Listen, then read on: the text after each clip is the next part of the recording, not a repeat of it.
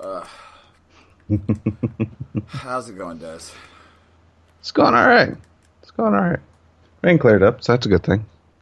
Yeah. How'd you feel after last week? I actually felt all right, surprisingly. I felt like I mixed alcohol and pre-workout. Gee, I wonder why. Yeah. Because I did. Probably should put some water in that. But, everybody, I'm glad, I've gotten we got a lot of tweets about it, and we got a lot of people on Discord saying, about the funny things we said. And Right. I'm glad you guys liked it. It might be a yearly thing that we do. I figure it takes about a year for us to recover from that. Right. But, of course, like I said on Twitter, I was going to mention it, but of course, drunk and all. Mm-hmm. Yeah, the last time I drank that heavily was the drunk raid we were part of, like a year and a half, 2 years ago. Yeah, same. So I drank the same thing too. I know, right? But yeah, so yeah. I also did not expect all that to hit me that hard, that fast. I was hoping for a nice, easy, motion into it. Yeah. Nah, that stuff snuck up on me hard and fast. I got one the other day. On Thursday after work. We had a few beverages, a few adult beverages, because we got off work at 6 a.m. Don't judge me. 6 a.m. is my 5 p.m. That's how it works out when you work overnights. I mean, pretty much. And one of the guys was like, dude, I don't have any more beers left, but I got one of these Mike's Harder. And I'm like, is it the strawberry, he's like, the Deadpool one? I'm like, yeah. And he's like, yeah. I'm like, give it to me. Yo, one, it's delicious. Yeah. And like I said, it'll get you there, too. And two, it got me there. Because I said, WWDD, what would Des do? And I fucking just powerbombed the thing. On the way home, because I carpool with a buddy of mine, if you're going to drink, at least be fucking responsible about it. Yes, have a driver. Hopefully call a taxi, use an Uber, whatever. Just don't get behind. Know your limits. He said, he was like, dude, you're feeling it, aren't you? Because apparently, what happened was, and that's always how you want to start a tale. We were driving, and it's not a very long ride, maybe 15-ish minutes, depending on traffic. Yeah. And Belle Biv DeVoe's Poison came on. And apparently, Drunk Buster knows every single word to Belle Biv DeVoe's song Poison. And the best part about it was, he said, and I quote, "You did the falsetto and everything." And I'm like, man. And he's like, you are a fun dude when you drink. And I'm like, it wasn't even like I drank a lot. I just drank a lot fast. Yeah, exactly. That's pretty much exactly what I did last week. So yeah. You definitely understand. Yeah, that's how that happened. It's like I said, it comes on fast, man. Oh my god. Because it tastes so good. It does, actually does. Man. And the best part about it was he's a younger kid. Well, I mean, he's about maybe 30. He'll be 30 this year. But he grew up. He didn't listen to R&B or classic hip hop growing up. So he's like, I've heard the song before in movies, but I've never heard the lyrics. And he's like, it's when the lyrics don't trust a big butt to smile. That girl is poison. I'm like, it is. It is indeed. He's like, is that your favorite line? I'm like, it is. How do you know? He's like, oh, because you belted it out the window. I'm like, man, I was feeling it. He was like, you were feeling it. I'm like, well, at least someone had fun. He's like, oh, we all had fun. Everyone had fun, Mike. So it was now I know what you felt like that day, because I fucking it was like, okay, I don't want to be here, but I want to have a drink with you guys. You guys are okay. We've been working since we just pulled a 12.5-hour day. Give me that. Psh, glub, glub, glub. Oh, okay, that was good. Man, you okay? Yeah, I'm fine. Don't trust a big butt to smile. That girl is poison. And and then I got home. And And then the missus was not too happy with me. Of course. Because I came home feeling it. Carrying on that feeling, because that thing doesn't go away after you start it. That is a ride you have to hold on to. Yeah. But, it was fun. I enjoyed it. It was delicious. That might be my new, okay, I want to get fucked up real quick. Give me a Mike's Harder. So. For sure. Thank you for cluing me in. Also. Oh, yeah. Good God. Like I said, if it wasn't for 2 days before, that one can just nursing it just got me there. It's of course, it's a much easier thing to handle when you drink it properly. But yeah, it's oh my God, why don't I just drink this? Because, I don't like the taste of beer. I just don't. There's just something about it. Liquor, on the other hand, I'm good to go. See, I'm the opposite. I like the taste of beer. I don't like the taste of liquor. But yeah, I think I mentioned in my raid group, when I was feeling tipsy, I was the guy, back when I was partying, a bit, because, we've all had that time. I would start, there was one night I started by just absolutely chugging a small bottle of whiskey. Just downed it. And it was like I said, it was a smaller, kind of handheldish flask of whiskey, basically. Yeah. Bottle. But yeah, I just opened it fresh and just chugged it down. It's all right, there you go. I'm ready to go. I don't miss those days. Neither does my liver. I know, right? I definitely don't. My liver's hey man, thanks a lot. I appreciate you. Waking up in a bathroom in front of a toilet with a blanket draped over you is no bueno. Or in a tub. Have you ever fallen asleep in a tub because it's cold? No, I was next to it. I was basically I was using the tub as basically a wall brace, basically, and huddled next to it. Okay. We've all been there. I know what you're talking about.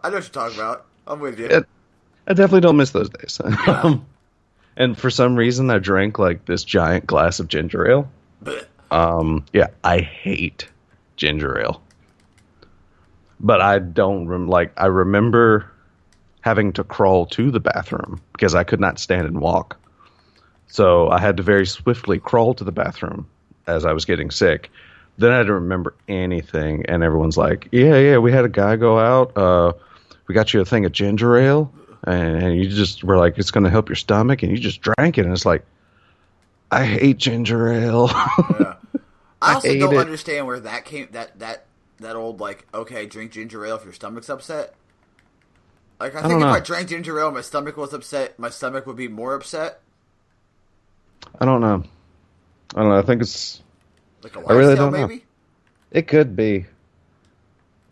I don't know. Because it's the same thing. It's ginger ale Sprite, people will tell you.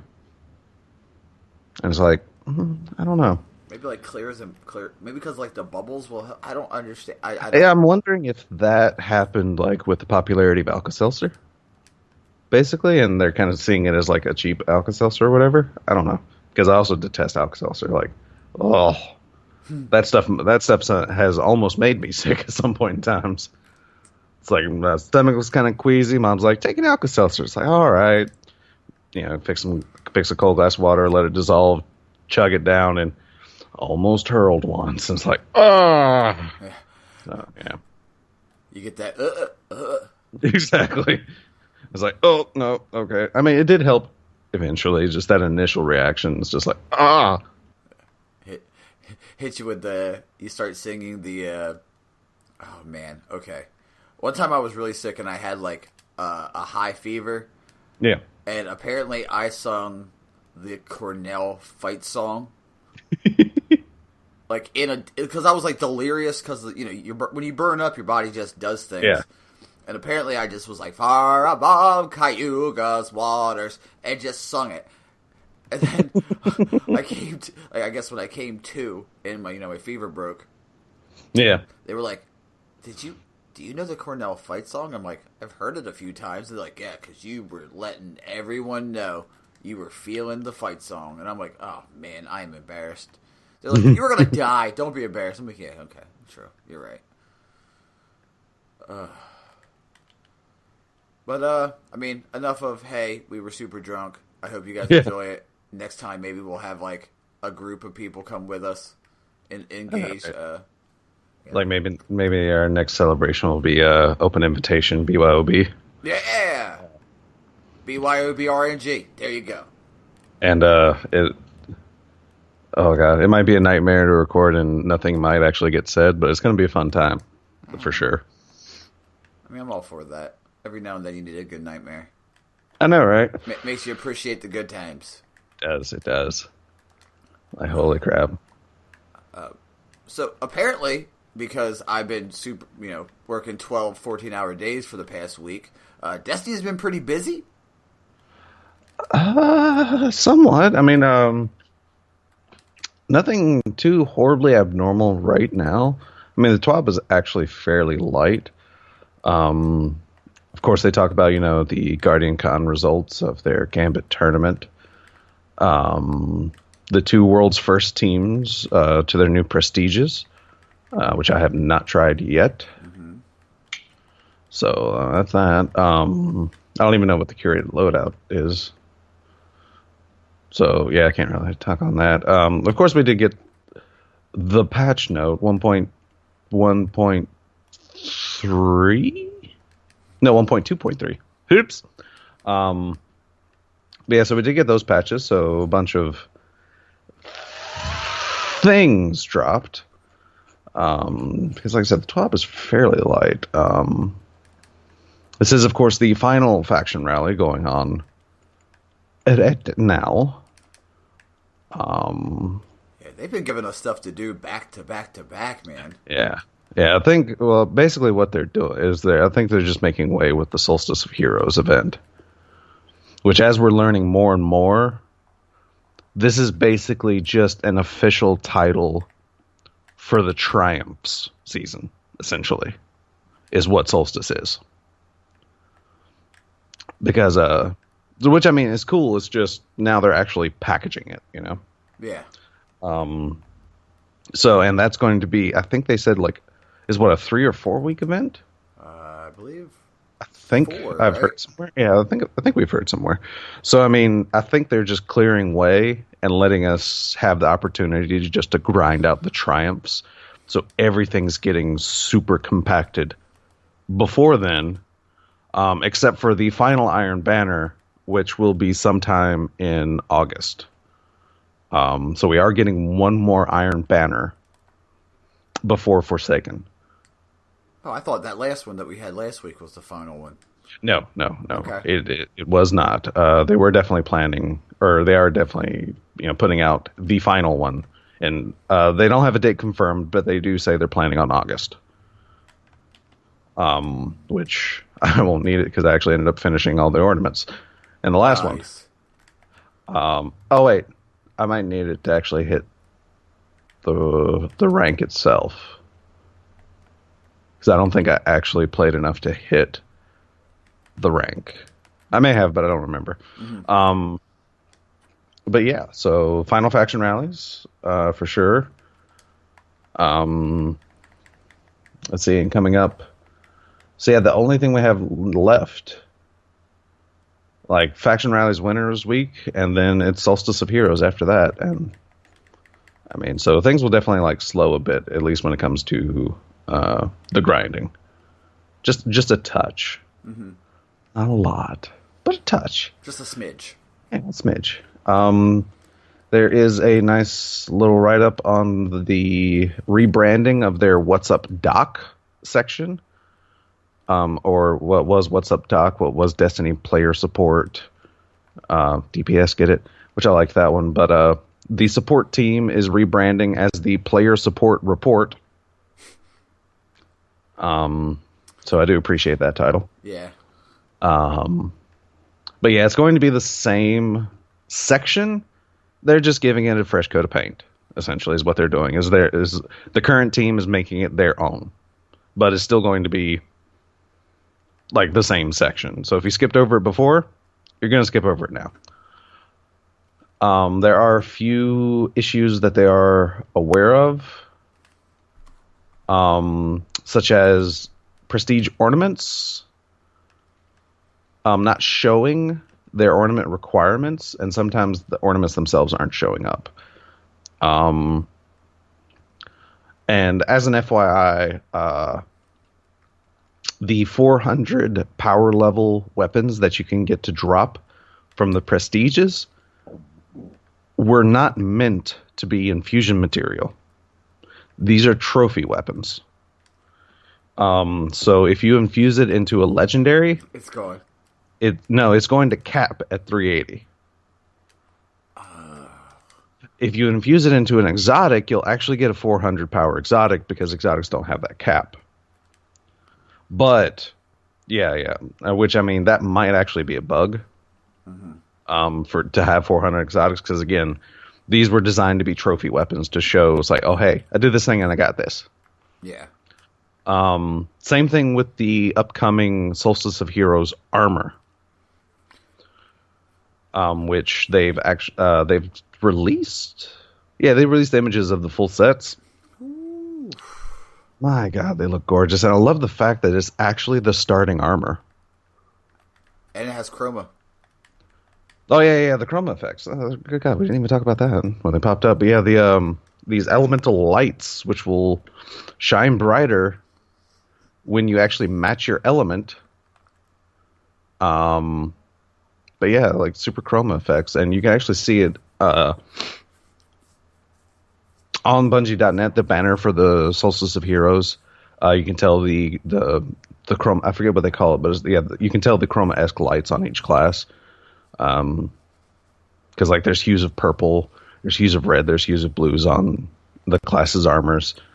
It looks really, really good. But yeah, this, like I said, they have a video that literally the damaged armor you walk out of, which is also the basis of the white armor you very first get, that is this style of armor. It's like the base style is the same, but of course with all of the bells and whistles. Yeah, the golds and the trims and everything are very different. Okay, so that's the I just got fucked up armor?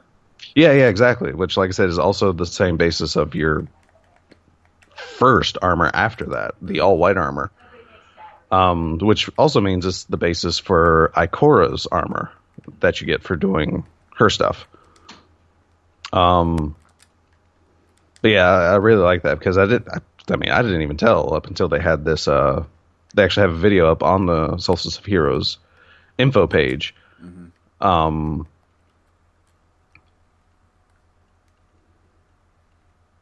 That is actually cool. Oh wait, okay, so I didn't actually read this fully, but yeah, after you visit the Statue of Heroes, you will receive an uncommon scorched armor set at power 240. On each armor piece is a series of objectives that you will need to complete to upgrade the armor. Once you have completed the objectives, return to the Statue of Heroes to upgrade to the next set. So, yeah, the Scorched Armor is the armor you start the game after Gull's attack.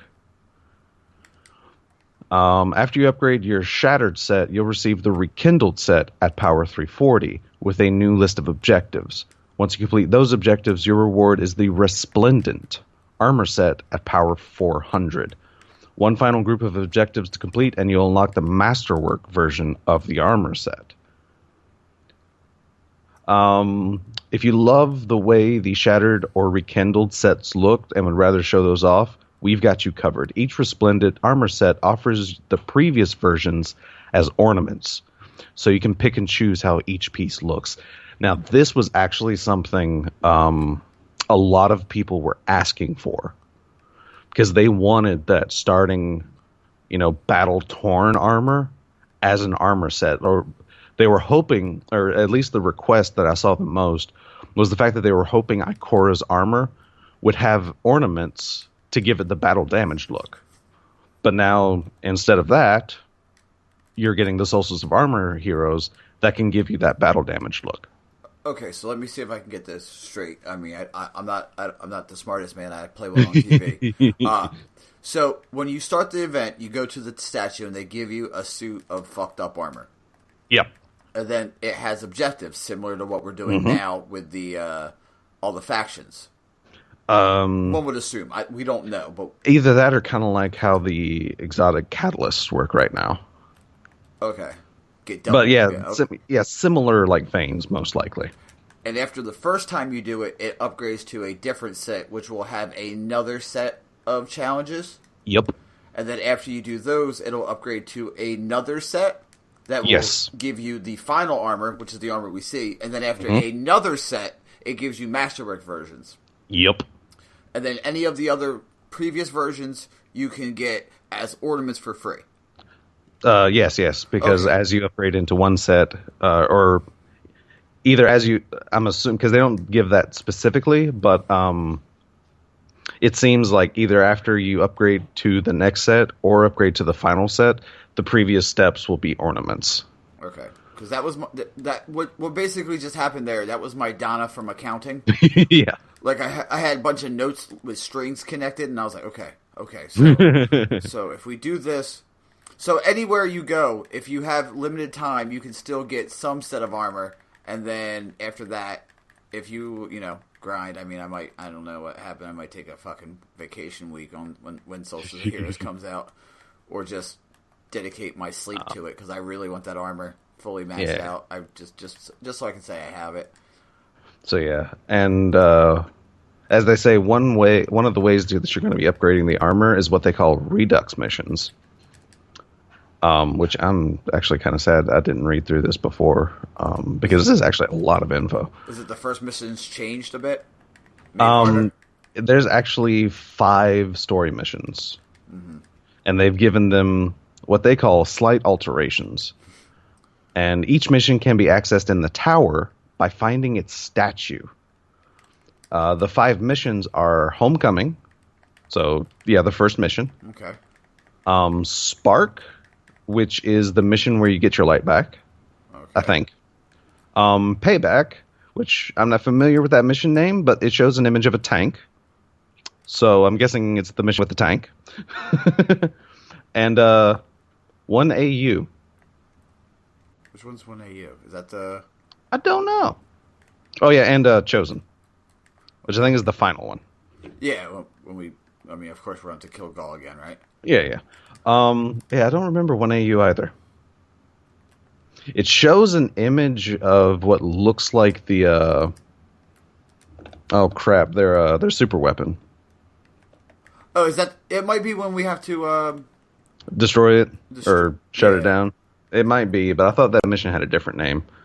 I was going to call it the God's Lance, but that's not what it's called. Yeah, I cannot remember now It makes me realize how long it's been since we played those missions.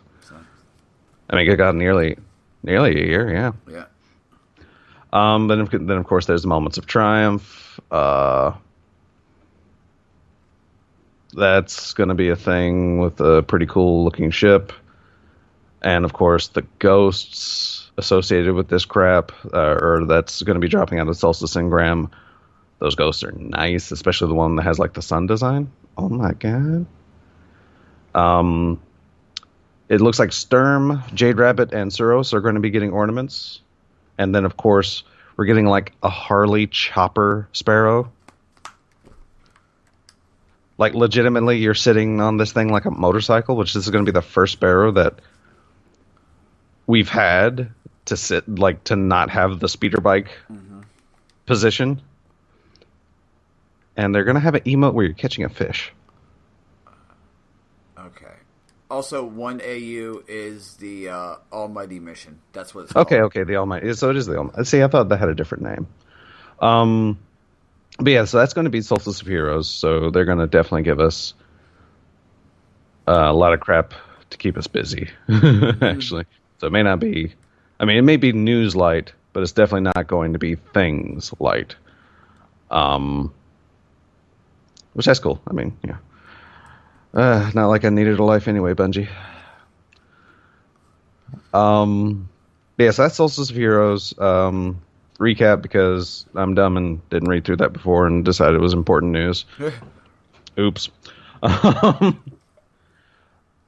So I was gonna do this just in. Dan, dan, dan, dan, dan, dan, dan, dan. So like the do. Yeah.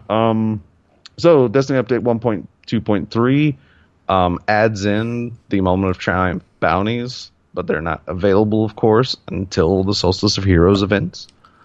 Let's see. There are bounties now. Bounties are a thing. And kind of like the bounty system itself. Because it uses your investment tab, which also explains another change that they made down the line. But yeah, so you can get 5 Crucible and 5 Vanguard bounties daily. The catch is these bounties expire 24 hours after you pick them up. So you have to do them within that day. Okay. They cost 250 Glimmer apiece. That's not bad. But what they give you is like the possibility of beyond they give you 4 tokens apiece. So we were definitely right about that. They do give you tokens, and it's 4 apiece on a successful completion. So 20 tokens. I mean, that's a rank up a day if you're just doing bounties. Mm-hmm. But they also give you the possibility of like a variety of shaders, legendary gear, and something else I can't even think of. But they also award you with 500 Glimmer when you complete them. So you're actually doubling down once you get them, and you're actually coming out positive. But yes, and they're all like super easy. And by super easy, I mean whenever it was the day that you had to do strikes for the faction rallies, I screwed up and forgot about them on my hunter. But my next 2 characters, I actually picked up the bounties, and on the first strike, I had them all done, like almost each time. Super easy. The best part about them is the fact that kind of like when a tutorial thing pops up on the bottom of your screen, like that little banner. Yeah. That will pop up when you complete a bounty. So it shows you on your screens like, hey, you just finished this. Or, hey, you just finished this. Mm-hmm. So it actually tells you. And, of course, it's like the... and you can turn them in wherever. Doesn't matter. But, yeah, it's stuff like, kill 10 or 20 enemies with a super. Kill multiple enemies with your super twice. Get like 20 or 30 kills without dying in a strike. Something like this. So they're all like super easy. But yeah, it's a nice little boost though. Because like I said, just those bounties alone, as long as you complete them, I mean 20 tokens is a guaranteed Vanguard and Crucible rank. Mm-hmm. So whatever grinding you're doing, you can get an extra rank on top of it. So yeah, nothing life-changing. I mean, it's like the bounties in D1. They weren't super special until, of course, I'm hoping one of the things that they'll do for Forsaken is kind of like the what was his name? Shax's robot. Benedict. Arxis? No, Benedict's no. Yeah, Arxis 44. Yeah, something like that. But yeah, when he had his bounties and you would do like specific weapon bounties, that would give you that specific weapon. Like, one of those specific weapons. So I'm hoping like that's what they do when they like kind of revamp the bounties. That way, because I always love those bounties because it really like, it increased your chance of getting like the weapon you want and the role you want. So I'm hoping they take that because that was a really great idea. And with random rolls coming, it would only make sense to bring back something that could give you another drop of a possible weapon that you're looking for. So yeah, I'm hoping, but of course, let's see. With the Prestiges Live, they have added a catalyst to each Prestige mode. One of these you're not going to like, Buster. I know. Yeah. For doing Prestige Leviathan, there's the chance of Legend of Acarius catalyst. For Sleeper Simulant, it is the Spire of Stars. And for Eater of the Worlds is Telesto. Motherfucker! The only good thing is that's my favorite raid lair. Yeah. But yeah. And they have changed. Exotic catalysts from heroic strikes now have slightly higher drop chances. I haven't played exotic or heroic strikes again. I legitimately, since like the first couple of weeks, I haven't touched them. I still haven't. So. Well, I might have to jump in because I'm gonna have to at some point in time because I do want to try and hit a higher rank with Vanguard to at least get the service revolver hand cannon. Yeah. Let's see. Oh yeah, and the catalyst for Stern is active now, and all you have to do is kill things on Nessus. Mm-hmm. Strangely, but also to tell you how easy it is, I got it within one of my first or second Vex Spire forming public event on Nessus. Wow. And well, I got it on the second one, or my second public event was a Spire forming, and hilariously, I got 2 of them to drop. Don't ask me how that works, but I'm guessing it's because I didn't pick up the first one. Because I saw it on the ground and I picked it up and then I activated it and then I like walked around a little bit and I noticed another golden triangle. It's like, this isn't really. It's like, this isn't really the same thing, is it? Sure enough, it was the same catalyst. Well, I mean, if you want to talk about weird things, because it's a video game, we live in the world where it's electronic. If you saw Bones on Twitter, I don't know if you saw what happened. He was pledged to Future War Call and New Monarchy at the same time. Yeah. He was pledged. Hold on, I'll find the picture and send it to you. Continue on. Wow, well, that's... Yeah. I guess what it looked like from the picture that he was pledged to New Monarchy. Yeah. And he was getting like secondary awards, like half or a little bit less than half. Yeah. Holy crap! Yeah, I definitely missed that one of his. Here it is, right here. I found it, and I will send it to you via our Discord. Yeah, this is fantastic audio, guys. I know. Yeah, it's in there. I sent it to you on Discord. What? Yeah. So he pledged a New Monarchy and with future war cult renown. He has both, and he was getting even, which was amazing. Yeah. I love the tweet. Hey, so the game thinks I'm pledged to 2 factions this week. Nobody tell Bungie, okay? Well, at the very least, Wisniewski knows. Yeah, and I don't think Noose cares, to be honest. He's like, good on you. You figured it out how to do it. I don't know how you did it. I know, right? It's like, what the crap? Yeah, but, I saw that and I was like, what? So yeah, a bunch of other quality of life things they've changed. Escalation protocol weapon drops are now like more deterministic. So the more you grind a boss, the higher chance you're going to receive at getting a weapon drop. Let's see, and of course now the Mercury Forge weapons can be rebought directly once they've been obtained, and it's going to be on Vance's second vendor page. Momentum has been removed from Heroic Adventures. Thank you. And the Pursuits inventory bucket is now at the top of your inventory category. So don't expect your consumables when you browse over into inventory, because that's going to be your pursuits, which makes sense considering that's where bounties live, is in your pursuits area. Which makes sense because your entire pursuits area is quests and stuff that is connected to that character. So putting bounties there just makes a lot of sense, and it was just a big area that was not being used, really, other than so you can actually forget about the quests. Like so many people with Acurus or Acurus on my second and third character. I was getting really tired of not having a power slot because of that. But other than that, I mean, yeah, they are using pursuits other than the let me just forget about this area. Commas are being added or have been added to your Carnage reports.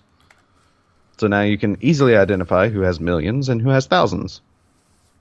That can get a little difficult without commas. Oh yeah, and they fixed an issue where the Season 3 Dead Orbit Gauntlet ornament that prevented you from receiving progress while using Arcstrider and the Way of the Wind, or the Way of the Warrior subclass tree, which I think is the way I went. And no, didn't work. But I'm already done with that, so I don't care. They have also retuned some of these strike modifiers. Blackout is no longer a guaranteed one-hit kill. It will hurt you a lot, but it won't outright kill you when an enemy melees you, especially as long as you're, higher power. Mm-hmm. Glass, they slightly reduced the health and shield penalty. And then ground, they significantly reduced incoming damage when you are airborne to account for odd geometry that Guardians may not have any control over. So, there you go. And they say the goal is to ensure that these modifiers are noticeable, but when Guardians advance their power and stats, they can notice themselves overcoming the debuffs. So, there we go. They also fixed the Nightfall tutorial to not tell you about mechanics that are no longer in Nightfalls. A bunch of crap and stuff for Mars, nothing too important. And then, of course, there is the exotic armor retuning. Phase 2. Which I'm guessing all you've heard is hearsay on these. I've been tagged in a couple posts. Yeah. And when I logged on this morning to do my daily, my daily for Faction Rally, I threw on the Doomfang Pauldron. So when we get to that, I could talk about it. Sure. I have not used Lucky Raspberry because, of course, it's mostly apparently increase the chance to fully recharge Arc Bolt and Arc Bolt grenade hits, and you're guaranteed one if you hit 4 targets with 1 nade. So, nades for days. Nades for days. Stompies. Oh my god. Which actually, I kept forgetting whenever this patch came out to put on Stompies. Mm-hmm. Because I really wanted to test, how drastic it changed the strafe and triple jump. So I decided to do it while I was working on an ornament. So there's no telling how much percentage I lost because I was running around the EDZ opening chests, but I needed full New Monarchy armor. But on the upside, holy crap, does Stompies now change triple and strafe jump. Oh my god, you get so much. Strafe, I was afraid that for strafe it was just going to be straight jump height that they add, which it alters the trajectory altogether. Not only do you get more height, but you actually do get a little more distance out of strafe jump. And triple jump, Ermagerd, it's totally different, and I'm going to have to get used to it, because Stompies is normally my Leviathan Gauntlet boots. Oof. And yeah, I'm going to have to get used to them, because like I said, they change. It's a noticeable difference when you put those boots on and when you take them off. And then Young Hamkara Spine. I again forgot to use these because, Trip Mines will have while you're wearing it, Trip Mines will have a better blast radius and throw speed. And they will be harder to destroy. We knew about that. But here's the thing. Solar ability hits now grant some Trip Mine grenade energy. By some, they mean a third. 33%. So if you hit a knife, you get 33% of your grenade back? I mean, ability hits. So if your grenade hits 3 people, you get another nade. Presumably. I have not tested this yet. But of course, then again, when are you going to hit 3 people with a Trip Mine nade? But still, holy balls, man. That's a lot of nade energy. And of course, they removed the target marking functionality. You know what? For quick nades and bigger nades, that's a fair trade. I'm cool with that. Target marking was cool, but give me better nades. Yeah. I'll take it. Let's see, Titans, the ACDO feedback fences. I am hearing these are now super good, because Fury Conductors stack on melee hits instead of kills, and they reduce your incoming melee damage. So, yeah. It's like, oh, you wanted to win a punch fight? Oh, now you really get to win punch fights. Dune Marchers. Reduce the time to activate linear activators while you're sprinting from a whole 5 seconds down to 1.5. So, holy crap. And they increase the damage of Chain Lightning Effect, plus 70% in PvP, plus 440% in PvE. Now, apparently, this additional, like from what I had, because, I was on Bads recording last night. So go listen to that episode if you want. Because it's me. Not quite talking as much because I don't have to read through the TWAB. But I was there too, I don't spirit. I don't have to. I do it. And you guys like it, so I do it. But it's not a chore. But apparently this extra 70% of damage like murders people standing next to your melee target. Like, what? Seriously? Like, holy crap. And then Doomfang Pauldrons. Oh my God. I don't want to get vulgar. I got a little hard when I was playing with them. Oh my God. Like, it's noticeable. Like, especially once you get like a lucky ricochet that like goes through like, 4 or 5 enemies. It's like, oh my God. Yep, I guess I can just do this way more now. Mm-hmm. Because it is a noticeable chunk of super energy. And as images have shown before, this is like the Dawnblade super regain. Like multi hits. Oh yeah, it's just hits. Just hits. No, avoid melee kills now grant more super energy. No, shield throw hits. And let me tell you what, the void melee kills now grant more super energy. Oh my God, we're talking like a 5th or a 6th of a bar with a melee kill. Like, Jesus. But yeah, the shield throw hits are definitely, like I said, it like accurately tracks how many people you're hitting. So, oh my God, can you stay in super for so long if you're not a dummy like me, just mashing and spamming your sword swing and shield swing. I was like, that's why you can't say in your super, buddy, because you're using the wrong super. How'd you get a void sword? That's awesome. Actually, that does sound awesome. I'm not even gonna lie. It does. I'm not even gonna lie. That sounds pretty dope. Come September, 2 void swords, please. Thank you. Warlock, Crown of Tempest is apparently the new hotness. Because apparently, Crown of Tempest lets you pick up or get conduction times. I don't know how that works, but they've reduced that to 3. But now, conduction times reduce the speed that your super energy depletes while Storm Trance is active, and we're talking like some 30, 35 second super or something like that. Jesus. Yeah, it is like definitely the longest lasting super if you have Crown of Tempest on. Holy balls. But then we have the Karnstein armlets, where melee kills now instantly heal you for a large chunk of health. It's not a full heal, though. And then grant continuous healing for 8 seconds afterwards, though. What?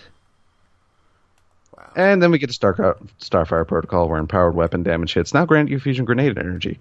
20%. So 5 hits, full nade. Yeah, definitely the kind of the redheaded stepchild of that group of changes, though. Yeah, you could definitely tell that they were like, "Oh, should we do Starfire Protocol? Yeah, who gives a shit? Just give them, I don't know, Empowering Rift. Yeah, it's a good idea." I know, right? Let's try and give them a reason to use that. Sure. A bunch of fixes to like stuff.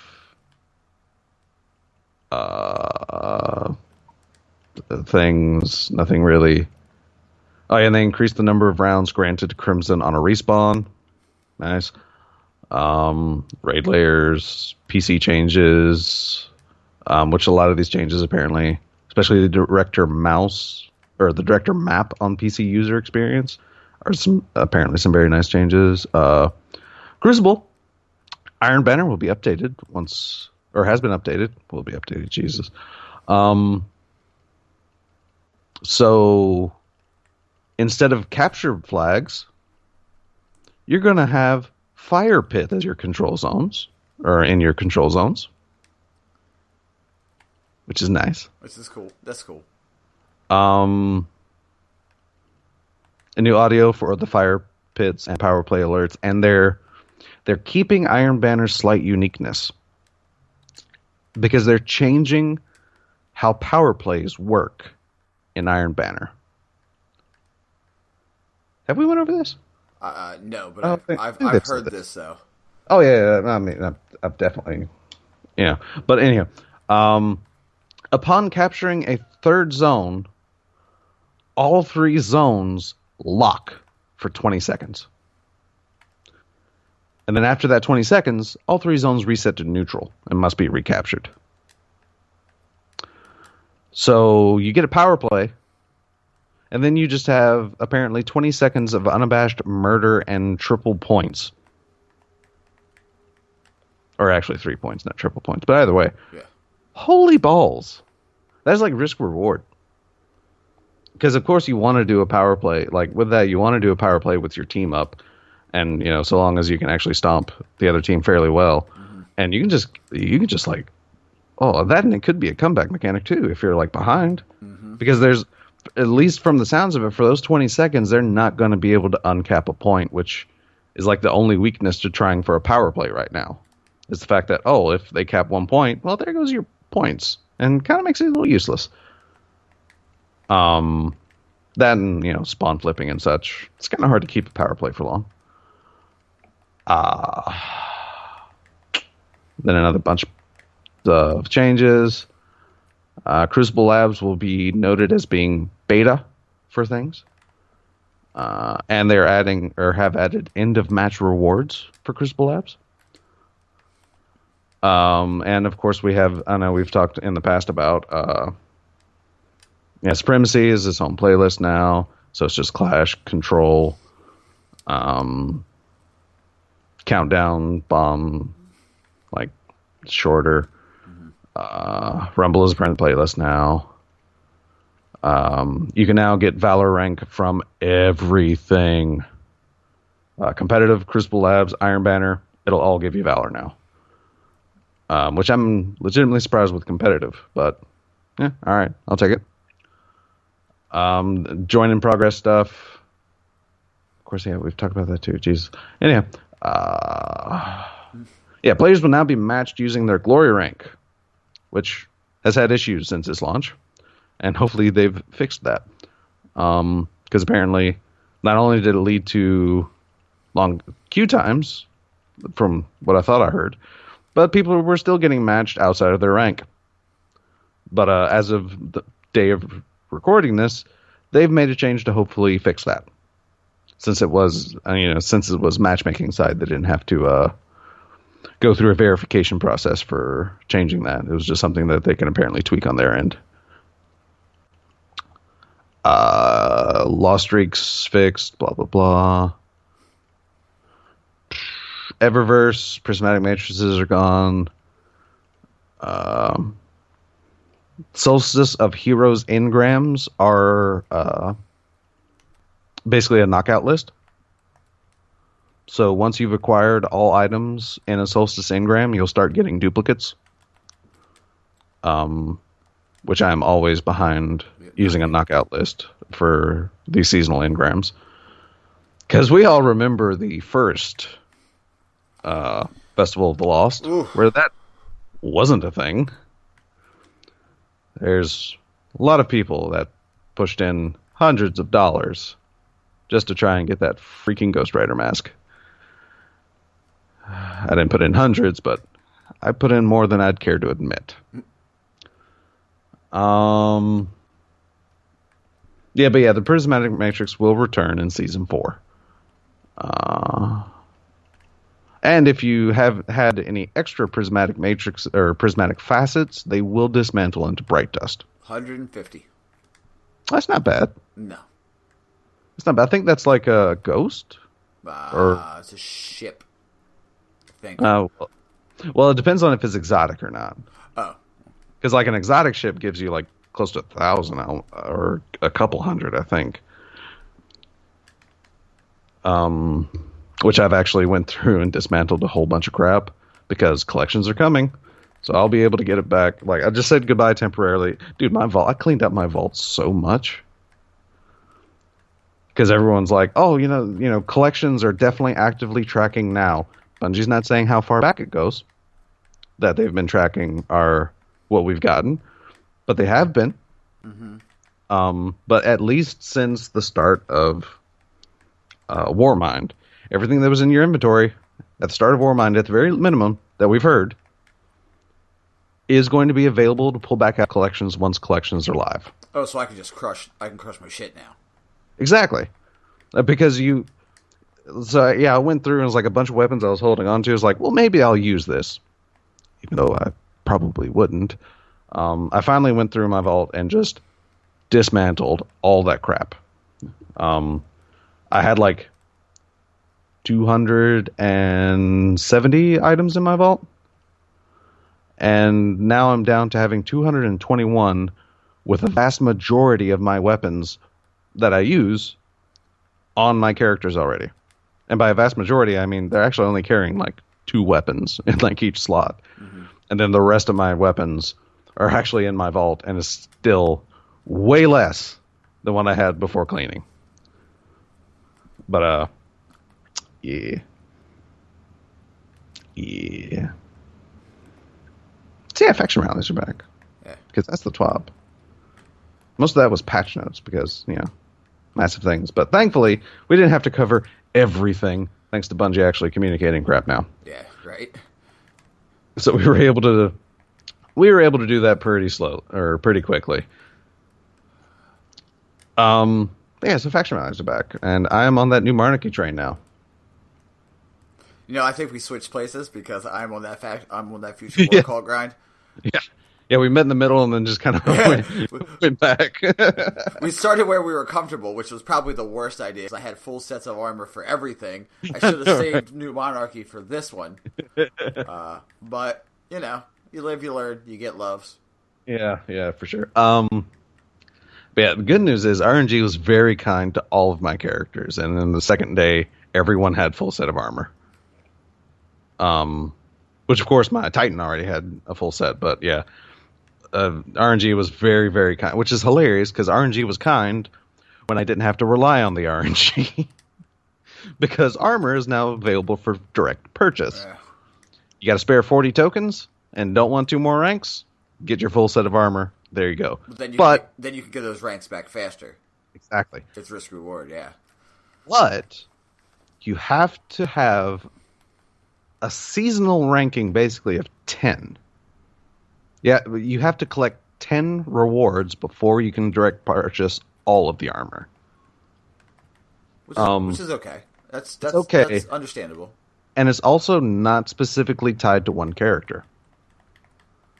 Because I've actually went through and actually claimed a few engrams, I think, on my Hunter, because that's how that works before. It was like character based. Mm-hmm. But then I went to my Warlock, and my Warlock also had credit for it. So, like I said, it's not actually character-based. It seems to be account-based, which makes that even easier. If you have one character, with full armor, grind on them, unlock 10 packages, and like I said, 40 tokens, full set of armor. I mean, it's going to be 240 power. Yeah. But who doesn't have blues lying around? I know, right? Infusion material isn't that difficult to come across. And besides, stuff in Faction Rallies can be done at 240 power anyway. I mean, at least with 240 power armor. Mm-hmm. But yeah, so I've been on that new Monarchy grind, which isn't too harsh, but it is the dullest. Oh yeah. Of the grinds, because you gotta collect you gotta open a crap ton of chests and then collect a crap ton of desk light. Then do public events, or not public events, but patrols. But patrols is probably going to be the easiest thing to do. I mean, well, I say probably, but definitely. But yeah, so like I said, that's probably the least fun of the objectives, just purely because of what you're doing. Because the only reason Dead Orbit wasn't fun is the amount that you had to grind. Yeah, Dead Orbit wasn't fun because it was just like, oh, throw your head at your screen and hope for the best. Exactly. But yeah, basically just New Monarchy is just dull tasks, basically. But yeah, I've been able to try at least the Biden Hunter and Jan Rifle. Okay. What did you think? Biden Hunter's okay. It's definitely a little more stable than like an Antiope, but at the same time, Antiope, because ricochet rounds, really hard to pass up. I of course have not used them in PvP yet, but I mean, like I said, Biden Hunter is a little smoother. It doesn't quite have like, it's like a lot of the stats just don't quite measure up like I thought they would. But yeah, there is that. Because yeah, it's missing like a bit of range, and by a bit I mean like 9 or probably 10 because the API shows these numbers weird. Which I mean, like I said, it has 10 less range than Antiope, and then Antiope also has ricochet rounds, so there's no way you're killing things at the range with Biden Hander. It does have a little more handling, but trust me, I say a little.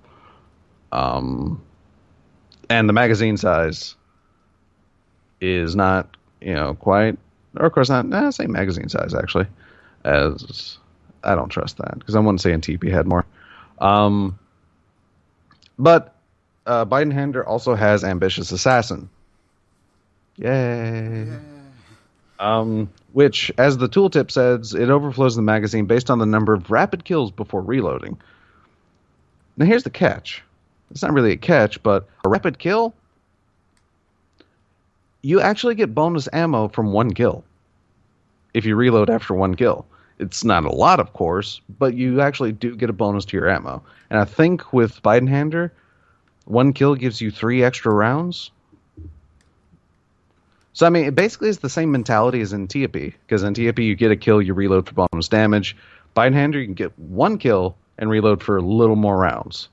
And, of course, if you can't actually get 2 or 3 kills, well, there's more ammo. But personally, I don't like Ambitious Assassin, and Antiope is max power, so probably not going to be using Biden Hander. But Jan 7, on the other hand, that's my new PvP pulse. Because I know, faithful listeners will know that my go-to PvP pulse was the Impromptu. Because ricochet rounds. Jan 7 has ricochet rounds. And Zen Moment. And it's actually, it does have a little less range than Impromptu, but it does have more stability. And then it has Zen Moment, which can give you more stability. And I think Impromptu also had Ambitious Assassin, which is why I know how that works. Because literally the only reason I was using Impromptu is because, on the Failed Raven report, Impromptu for pulse rifles in its class is next to the bottom. Is Swift Ride was at the bottom. Impromptu, right up there. Jan is only 1 step up from Impromptu, but it does feel better. It does have less aim assist for those that, are crazy about that, but it does have better recoil direction and crap like that. So like I said, the clusters are a little tighter. So they actually have the same longest range scope. So I'm already used to that scope. So yeah. So I just slapped a season 1 Faction Rally New Monarchy shader on that bad boy, and yeah, that's my PvP gun now. Like I said, I lose a little range, but oh god, the feel. It's like I said, it's just slightly noticeable, that tighter cluster. Oh yeah, and I finally got a freaking good council to drop. Finally. Good god. 3 Faction Rally seasons in, and I finally get a good council instead of a Song of Justice. Hilariously, it dropped as a masterwork at that. And oh my god, does it feel a million times better than Song of Justice. My god. I still may not use it much because it's a slow fire rate scout. But good God, does it feel so much better. And doesn't look ungodly huge. It doesn't look like a sniper rifle on your back. Slow firing is the word you should have used. Oh, yeah, it's definitely that. But like I said, it does have hip fire grip, which actually makes it dumb accurate from the hip. And I do mean dumb accurate. Like, I could, at least in PvE, I could semi-consistently hit headshots from the hip. So, yeah, I'm hanging on to that. I may not delete it for a while. I'm definitely hanging on to that because that might be interesting. I mean, it might get dismantled at some point in time, but for now, it's safe. It's safe. It's a good scout. It's a good scout. I don't know if it's any better than the Garden Progeny, which I don't even think I kept that one. I don't think I kept any slow fire rates, actually. But, yeah, that's that one, because it does feel good. Yeah, it's a new monarchy. I'm ranked 30 right now. Just waiting on that grind to hit 50 and get that final catalyst. Yeah, I am going to see where I am at right now with Future War Cult. Yeah, I forget if Hideo has another weapon, though. It's like, did they have 3 or did they have 2? Hideo. Where is that information for me? Executive Hideo has Gian 7, Biden-Hander. No. The third one they have is the broadsword launcher. So, kind of hopefully, New Monarchy wins this one because, again, the best chance that we have at, a balanced winning is this season, considering there's only one winner's prize. Or, everyone's using the same winner's prize. Yeah. Which I think is what really screwed over the last 2 seasons. Because it's like, if the winner's offering is going to change, then, But, like I said, this might be the best bet, but at the same time, it's a rocket launcher that has auto-loading holster. Mm-hmm. It may not be anything special. Or it could be amazing. I mean, I don't know. Numbers suggest that it's kind of meh. Nothing super special. Yeah. No. It's just a collection. The collector's out there. Yeah, it's basically a collector thing. Yeah. And like I said, that's the only reason I do hope New Monarchy does win it, because then a collection will be complete. But yeah. Because like I said, it doesn't even have remarkable velocity. It doesn't have cluster bombs. So yeah. It just doesn't have anything remarkable. Okay. Other than those New Monarchy bright yellows and reds. Yeah. Whew, that stuff. It's almost like New Monarchy took a hit of acid before this faction rally. We say allegedly around these parts, does? Like they allegedly took a hit of acid? Oh, no. Hideo took a hit of acid. I mean, I'm sorry. Like those bright colors. Acid, shrooms, something. Oh, my God. I'm leaning a little more towards acid because of the psychedelic colors. But yeah. So that's my news in the faction rallies. Yeah.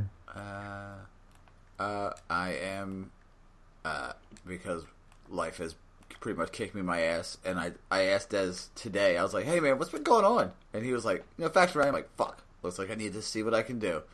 And just during recording, I just did the dailies and a couple, the grind, as it were, and thankfully my Titan had a full set of Future War Cult armor. Don't know how that happened. Yeah. Magic, I guess. And I am rank 13 as we speak. Yeah. So Buster told me, it's like, so I didn't have a lot of time to play.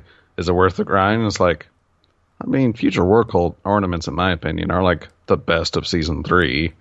Other than that, meh. Because they don't have any, like, their weapons, at least in Unlock Procession, aren't that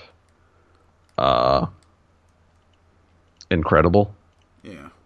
I mean, Pit Launcher, of course, like I said, it's a rocket launcher, and that's, like, the only weapon they offer, other than the Vision, which was a winner's offering. But, so they only have Pit Launcher. How's the Magnum Shepherd? Do they have that? Oh, they do have that. That's right. I didn't. It's meh. It's meh. Even with the heavy magazine at the end. Yeah, I mean, it's just. Okay. It's not It's not super. It's nothing to write home about. Basically, it's like there's definitely pulse rifles that can feel smoother and outperform. Okay. That's fair. Well, yeah, because it's the same archetype as the Marine. And I like that. That's one of my, puns and stuff. Basically, its only claim to fame is high base range and high base handling. Okay. But, like I said, I mean, if you want the super range, that's going to be like Eternal Slumber. And then the Marine is tied with Eternal Slumber to having the highest handling. And the Marine has better reload. Has decent recoil. But, I mean, yeah, like I said, it's nothing super special, basically. Okay. It's not super awful. It's not super good. It's just kind of meh. Yeah, that's why I didn't write that down, because I was confusing Magnum Shepherd with, like, the color, back when I was trying to decipher the color schemes to what faction. Yeah. But let's see. There is a special little. Yes, there's a thing. Holy crap, there is a thing, and I actually went into it completely blind. Because Burning Wing, you know who you are, sir. Put it into our topics. Very early. Was it topics or was it just Destiny talk? Either way. Yep, there it is. Because actually, I think a bunch of this. Hang on. Because I can't remember where we stopped last week. Oh, yeah, if you could have been born. Okay, I remember covering that. I don't quite remember my answer. New supers. I think we mentioned.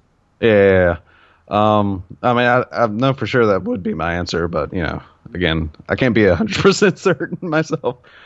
Oh, yeah, Alex's question. So I don't think we covered that one.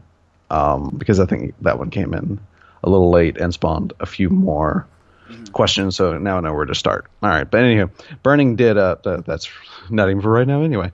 But, yeah, Burning did post the Reddit post, of a thing that's happening. And this thing happened to me and I was completely blind because I didn't look at that Reddit post. And I just saw this anomaly in Nessus? IO? IO. Yeah, IO. So yeah, it's just this taken portal that's like, oh, hold square to enter. And it's like, what? Enter okay. And then there's a alert screen. It's like, what? This doesn't happen in Destiny. But yeah, so there's a big, huge thing because, I mean, I guess, I don't know if Burning didn't expect it to be figured out or whatever, but, it's the Destiny community. Do you think they're not going to figure it out in 13.25 seconds? I know, because he did post it early and it's like in the topics instead of rather just, talking about it in like general or Destiny talk. But yeah, so I mean, he mentioned it's possibly a thing or the Sleeper Catalyst. And then Berlijah, our amazing mod, mentioned that the Sleeper Catalyst was the Spire of Stars drop. And, of course, because like I said, I went through this thing and you get dumped into a lost sector. with a quest called The Whisper. But the lost sector is completely empty. So you've got to figure out what to do from there. And it's a 20-minute timer that you get before the anomaly collapses. So, yeah. So I'm sitting here in a lost sector with a 20-minute timer is like, you know what? I better search the internet. Yeah. So sure enough, I came across the thing and figured out how to progress it from there. And oh my God, is it this huge, tricky jumping puzzle. I'm out. It is this huge, tricky platforming section. It is definitely reminiscent. It's Dickwall 2.0 for sure. Instance, like 100%. Because there's these new... but yeah, it's just... Oh my God, it's like such precision landing. Like there's a couple of areas where you have to land precisely. And I'm personally stuck. But yeah, you gotta like... if you remember in Vault of Glass, after the labyrinth and after you actually jump from the disappearing platforms onto the ledge to go to Gatekeeper, there's a lot of that too. Oh, fucking great. So, yeah, like a lot of treacherous ledges. A lot of areas you gotta like crouch through. And of course, just like Vault of Glass, there is a hole in one of the sections of the walls. So yeah, be ready for that. Also, spoiler alert, sorry, but for what this leads into. And also, massive spoiler alert, so skip ahead for a little while if you don't want to know. But yeah, this is definitely, because I get stuck in this area. It's got a bunch of holes. They mostly lead to death. One leads to like an empty room. There's a really tough taken knight that spawns in.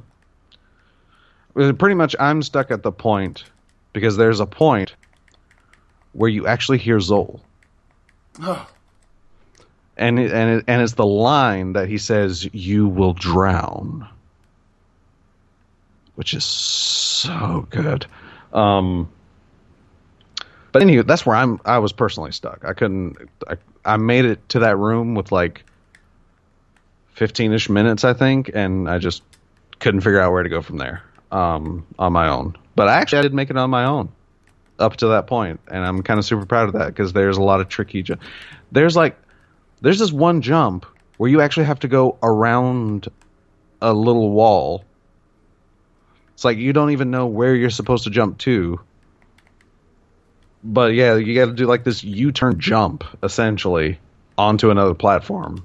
So yeah, this is definitely like some of the best or worst, depending on your platforming skills, platforming segments ever in Destiny. But yeah, it's like super fun. I was kind of happy that I made it as far as I did. But anywho, there's apparently a really tough boss at the end, and it gives you the Whisper of the Worm. You might be thinking to yourself, or Whisper of the Worm, something like that. But you might be thinking to yourself, Raven, what's that? What is it literally? It is literally Spindle 3.0. And when I mean literally, I mean it looks like the Spindle with the taken ornament. Literally. And it has white nail. So yes, this is Spindle finally returned. And apparently white nail is the same, to where 3 quick headshots will refill your magazine, and it does have mulligan, which I think this is the first gun in Destiny 2 to use mulligan. Mm-hmm. And white nail apparently also increases precision damage on the sniper rifle. So there's that as well. So forget everything you've heard, but chances are Spindle 3.0 is going to be king of DPS once again, because it always has been. Always. Black Hammer, king of DPS. Spindle, king of DPS. Whisper of the Worm, gonna be. I just feel it. I don't know, because I haven't seen, like, DPS comparison videos yet. But by God, it's actually quite incredible. They're coming. Oh, yeah, for sure. I mean, it's Spindle. You're going to have to do it. Like, Dado's going to have to do it. He doesn't have to, but, his little community is going to be begging and pleading until his ears bleed about a Spindle comparison. So it's definitely going to be coming. But I am curious to see, because Darcy does a crap ton of damage. And if this thing does even more, oh my God. Oh, it's going to be dumb. But yeah, so there's that spoiler. But yeah, it's a super fun segment, though. At least for me. It's going to be a nightmare for some people. Oh, by some people, do you mean me? Because I'm being Totally. honest. I'm being honest with you. Black Spindle or Whisper the Worm is on the short list of guns that Buster Knuckles does not give a fuck about.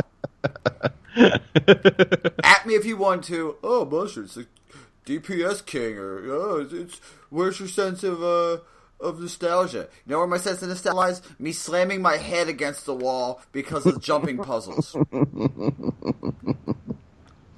You know how I got through jumping puzzles? Invite me when you're through. Peace. Yeah. Yep. Oh. Yeah. Fuck that. But yeah, and it is like a giant and huge segment, though. And like I said,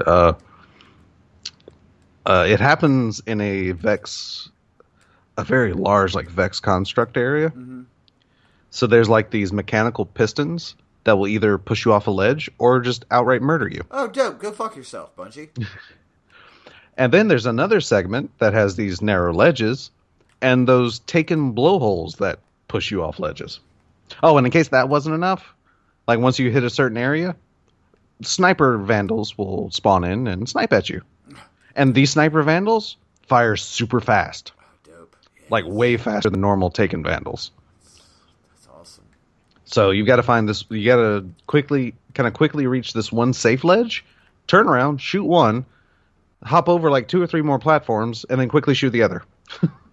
Because they spawn in and just wail into you. Which that's what leads to the trash chutes, I guess. The crap if I know what the area is. It's got a bunch of holes. There's a Taken Knight that has way too much shield health for his own good. And of course he also fires super fast. So yeah, it's a journey, it's an adventure. I haven't even seen the end of it yet, but I want it. I want it. When you said, and that's where you, and I was like, throw my game across the room? Because I'm going to be honest with you, that sounds like no fun. For someone who has very little time, I can say 100% that sounds yeah, for you, like, for your little time and, like, little patience with platforming, yeah, no. You, like, I saw all this and it's like, yep, this is... Like, as I was doing, it's like, you know what? If this leads to Sleeper, like people think, or not Sleeper, but Spindle, like people think it does, bust it again. Fuck it, I don't care. But yeah, so that's like the big secret thing, and somebody, it took a few hours after I had went to it. Mm-hmm. I think a few hours after that, people. Somebody got the world's first, and the lore tab is like super cool and interesting. So spoiler alert for the next like another like 30 seconds or so, but I'm going to read you this lore tab because it's actually because I'll never see it. Thank you. But yeah, it's actually one of those super interesting lore tabs. So, hilariously, Bife demanded for this person, probably not seriously demanded, but. It's like, show me the lore tab. I mean, it was like an all caps thing. It's like, just show me the lore tab. And he's like, love you. After he did. So yeah, so following that thread, I have this lore tab. If I can find, yep, there it is. Yeah, Whisper of the Worm. Its quote is, a guardian's power makes a rich eating ground. Do not be revolted. There are parasites that may benefit the host. teeth sharper than your own. That's just the flavor text. Hold on. That was really cool. I just almost choked on my drink. Okay. So yeah, that's just the flavor text. The actual lore is Zol, the will of thousands, perished but was not destroyed. Death is a road. Death is metamorphosis. The unsacred union between destroyer and destroyed. The might which defeats a god is also the ambrosia that God craves. The meat's logic of existence asserted by violence. The binomial decision between two ways of being which deny each other. Two ways of being which deny each other. Some commas would really help with this, Bungie. But, yeah. In dying, Zol fed richly. Now came Zol unto the taken upon Io, who fed Zol with plunder and tried to make it an idol and a commanding will. Yet Zol was bound joyously to the very logic that sustained it in its death. It wanted the sword proof, the single proof. It wanted to become a rule which divided the mighty living from the mighty dead.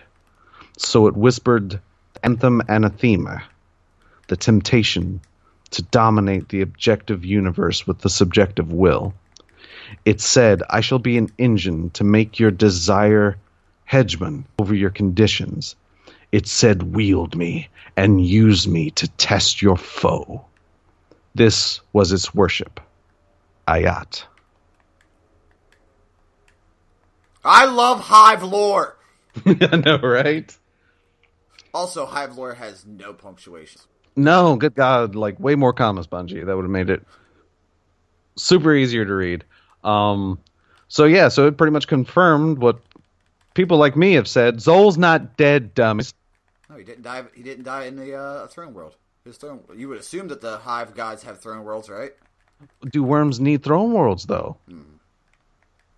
They gave the power to make throne worlds, but are they subject to throne worlds? Or are they their own throne world in a pocket? I'm not right. Are they so close to the source of the deep that they actually don't need throne worlds? I mean, that's all subjective. But either way, this is the proof. This is not life we're seeing of Zol. At all. And in fact, Zol is now connecting to the Taken on Io. Whether he was before or not, those Taken are feeding him. So he will be more powerful. It's like, maybe Savathun will band with Zol. Maybe that's who, spoiler alert, maybe that's who's taking over the Dreaming City. Because there's a lot of Taken there. I mean, one can only assume that it's going to be Savathun. And then next time in Destiny 3, it'll be Shiva Arath, and we'll just kill the entire fucking royal family. I mean, that is if Savathun isn't still carrying around Zivu Arath. Oh, yeah. You're right. Because she's about trickery, and then Zivu Arath is like pure muscle. I would be extremely disappointed if we face Zivu Arath alone, because sure, she'd be powerful, but she's also dumb. Mm-hmm. So, I mean, she's all about power and wanting strength. She doesn't care about trickery or anything. It'd be kind of like fighting the bull. But either way, I'm kind of hoping that Savathun basically has her sister on a leash. And it's like, kind of like Oryx's War Priest, basically. Okay. Is kind of what I'm hoping Zivu Arath is. But yeah, that's, like I said, that's kind of what I'm hoping. But at the same time, hey, she sends out Zivu Arath, and maybe we don't actually deal with Savathun until Destiny 3 or 4, Mm-hmm. That could be a thing. Like, she can just straight up, because again, she's like trickery and crap like that. She might find a way to get out. Yeah, exactly. So she might find a way to get out and go and find more power or whatever.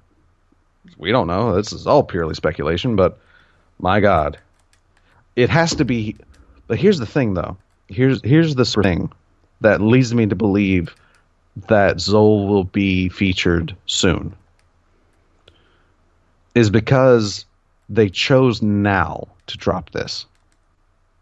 They chose near the end of this specific expansion's life cycle. This is like in the middle of its life cycle. Mm-hmm. When they dropped Spindle, it was like shortly after like an update or whatever. Like usually when they drop these big things, like very soon after updates. I mean, yes, and this is soon after an update, but I'm saying, I don't know. This all seems pretty weird to me. So I'm really hoping that it's like, not only did they bring Spindle back, but I'm also wondering if this is like, the Wolves on Mars before the Wolves. Or the Blades of Crota before Crota. Exactly. I'm wondering if this is also not only them giving us this exotic back, but also hinting, like the story hint of Forsaken, basically. Like a harbinger of things to come. Exactly. It's like, that's my curiosity on why they would drop this right now. But I'll be happy to have Spindle back, because again, it was Damage King. Strangely, it's 72 RPM, so it's a slow rate of fire, but I don't think that's as slow as Spindle used to be, which is why I think White Nail gives it a precision bonus now.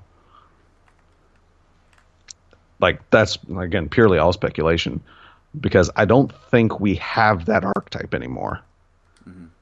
But again, I do believe that might be why White Nail, like, it's one of its intrinsic properties is increases precision damage of this gun, or whatever it says specifically.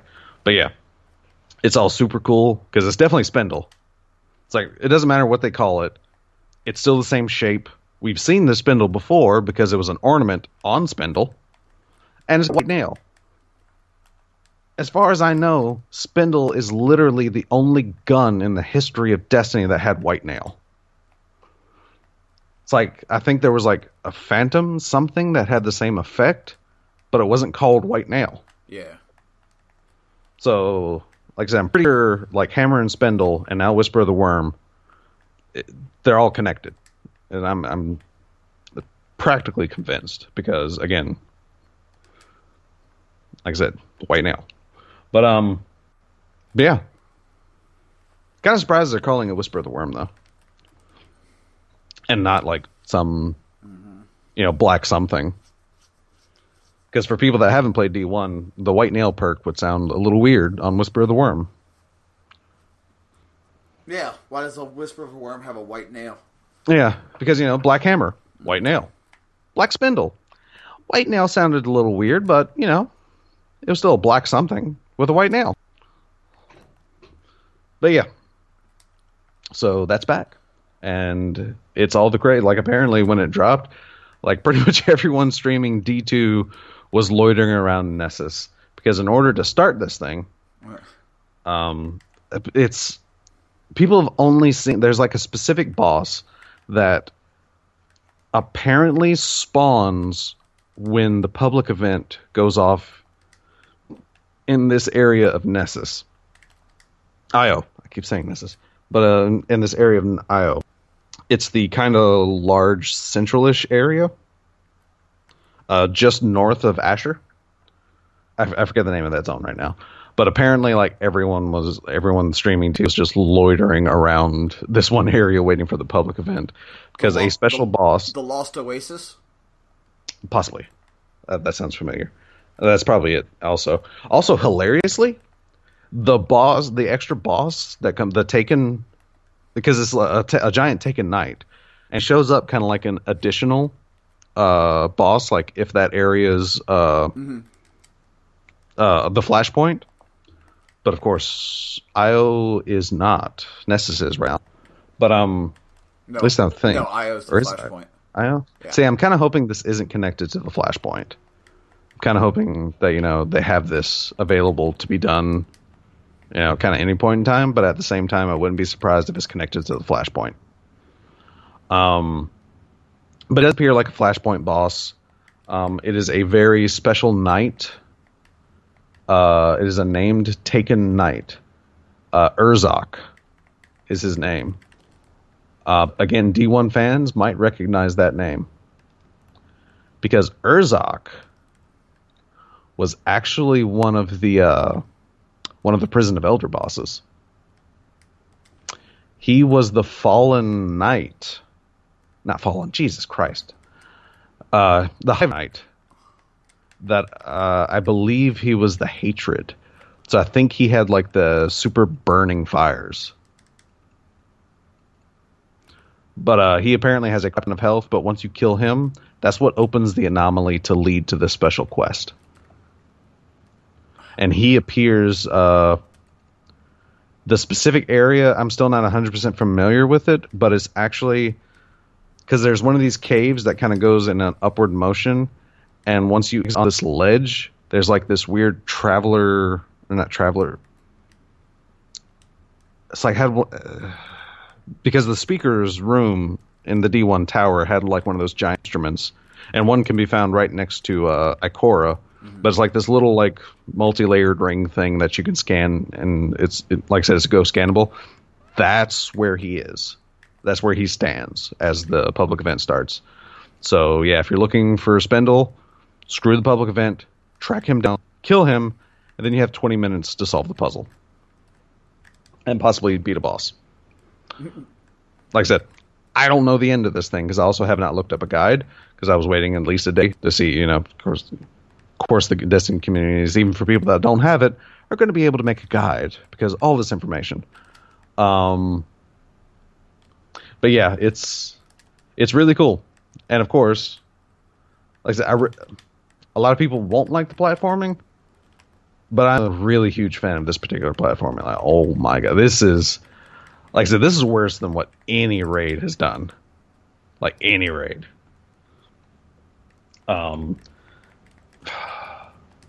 I even dare say it's worse than the platforming section in Spire of Stars, and that's like pretty harsh. Mm-hmm.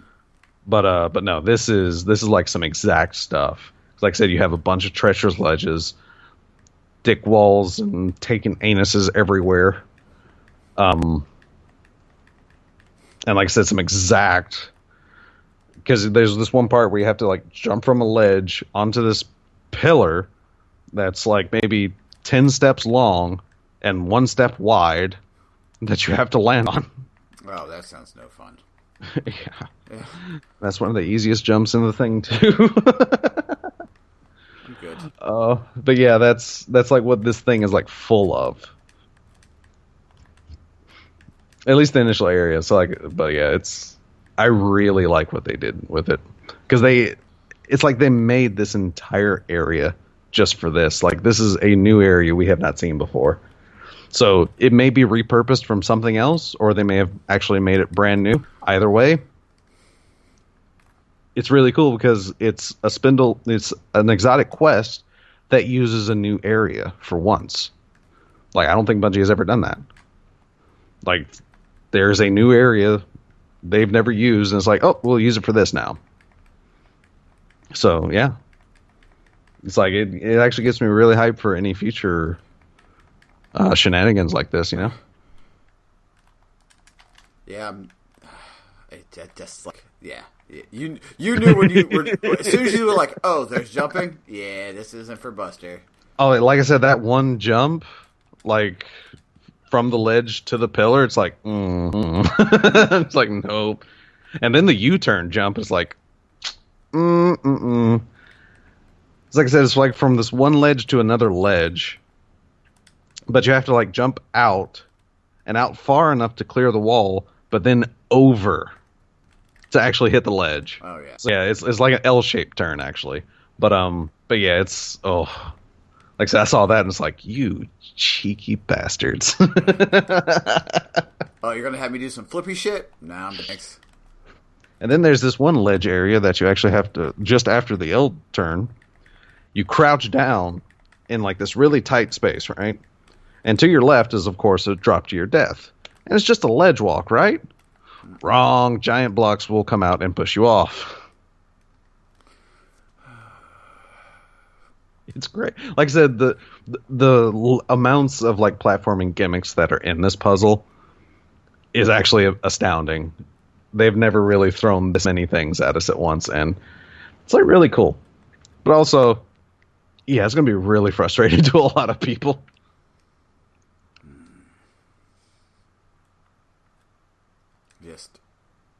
I'm already frustrated. I am already frustrated. And I haven't even attempted it yet.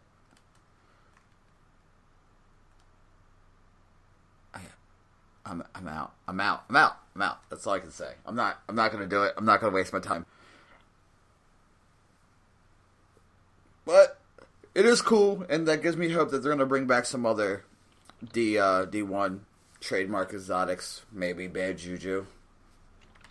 Yeah, I mean, because I think they've said, like, their goal is to bring in, like, all of them at some point in time in some way. Of course, one that may not be coming back, Red Death, because Crimson. Mm-hmm. So, I mean, Red Death is back in a way. Not exactly, but, you know, freshly new. I'd be okay with it. You know, put a new coat of paint on some of the classics. I know, right? Because, I mean, Cerberus Plus One almost seems directly inspired by, like, the original Super Good Advice. Which is definitely one we're not getting back because they're not doing MGs. Which I'm completely okay with. But, yeah, like I said, with each barrel having its own, like, recoil direction, like, this seems to be, like, a new take on Super Good Advice. It's just, instead of being stable, they're just intentionally making it spells everywhere. But yeah, so that's going on. And I may not raid this week in an attempt to get the Whisper of the Worm. Because, I mean, you know, being the kind of guy that will jump into a raid, that's going to be a very important tool to use. Like, that, and I'm a collector. And I do love platforming and puzzles. So I want to do it. But if they're actually a boss at the end of this thing, then I'm probably sadly not going to be able to do it alone. And I won't be able to do the jumping. I know, right? Like, that's the end of that statement. I was just going to say that. I know, it's like that like severely, that kind of limits how many people I could, like, possibly do this with. It would give you a good laugh, though. Oh, yeah, for sure. But yeah. Whew. But that is, like I said, for not having a meaty TWAB, there's actually quite a lot going on in Destiny right now. Mm-hmm. Oh, God. Which is good. Yeah, it's good. Because, like I said, as soon as I saw it, like, oh my God. Like I said, just experiencing the Whisper, though, was an incredible thing. And, like, having that moment of confusion, like, in this game, you know, people like you and me know, like, the back of our hands. You know, I spend time, like, you know, like, my break time, like, looking at information about this game, looking at numbers, updating numbers, keeping and, like, maintaining this information, and to have that moment of just awestruck ignorance felt really good again. Because just this thing, and it's like, I hold square to use this. Wait, why am I going into a loading screen? Yeah. Wait, what? Where is this thing taking me? Why am I in an empty lost sector? Yeah.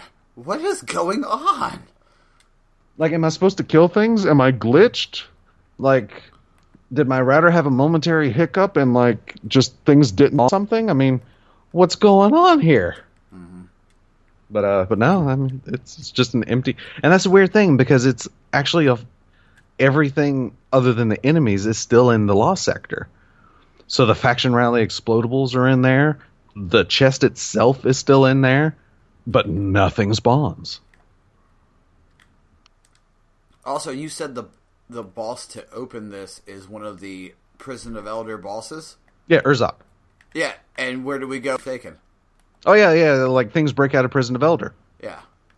So, yeah. That's pretty awesome. I know, right? Like, this is another, like I said, the pieces to this, it doesn't just seem like a quest to give us an exotic again. This seems to be like bridging a gap. Like, but of course, I could be completely wrong. Like, Zol could be Destiny 5 for all I know. But either way, it's what it seems like. It's like, seems to be the most likely path, considering Bungie's history. But also, Bungie likes to do things to break their history. I mean, not really break, but, you know, to give that surprise, you know? Yeah. Because you get used to them doing these certain things, and, well, here's something completely different. And now for something completely different. Thank you. But yeah, that's like Solstice of Heroes. They're actually giving us a taste of the higher power level in Forsaken through Solstice of Heroes. They haven't really done that before. I mean, not to actually give us a taste.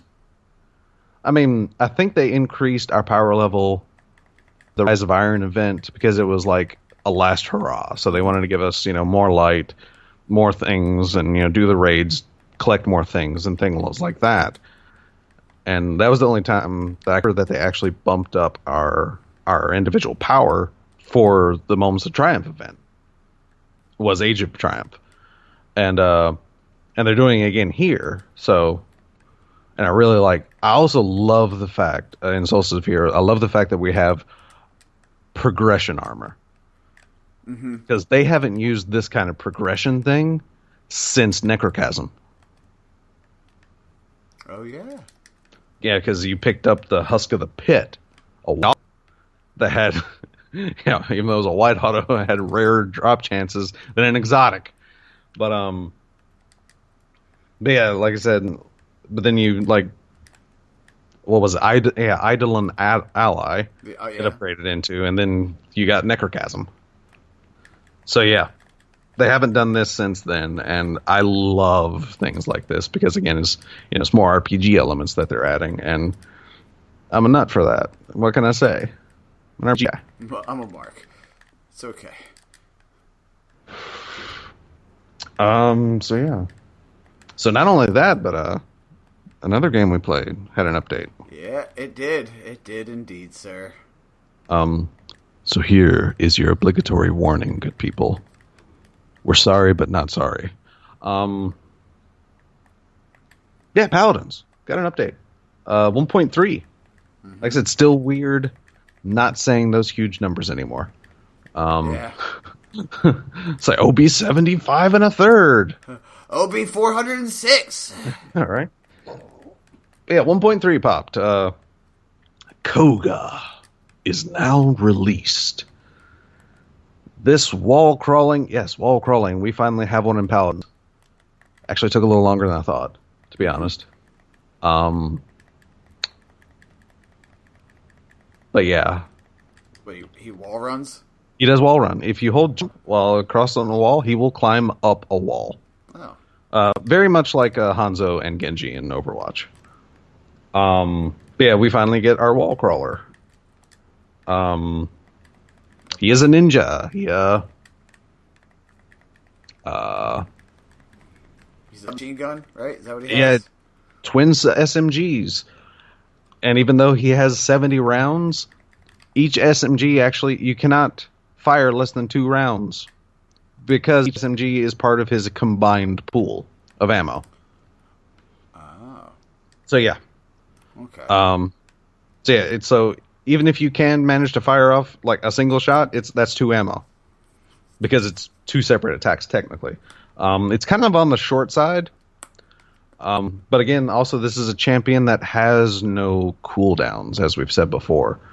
So that's really weird to just have access to a resource that is your skills. Which I've played a bit with him.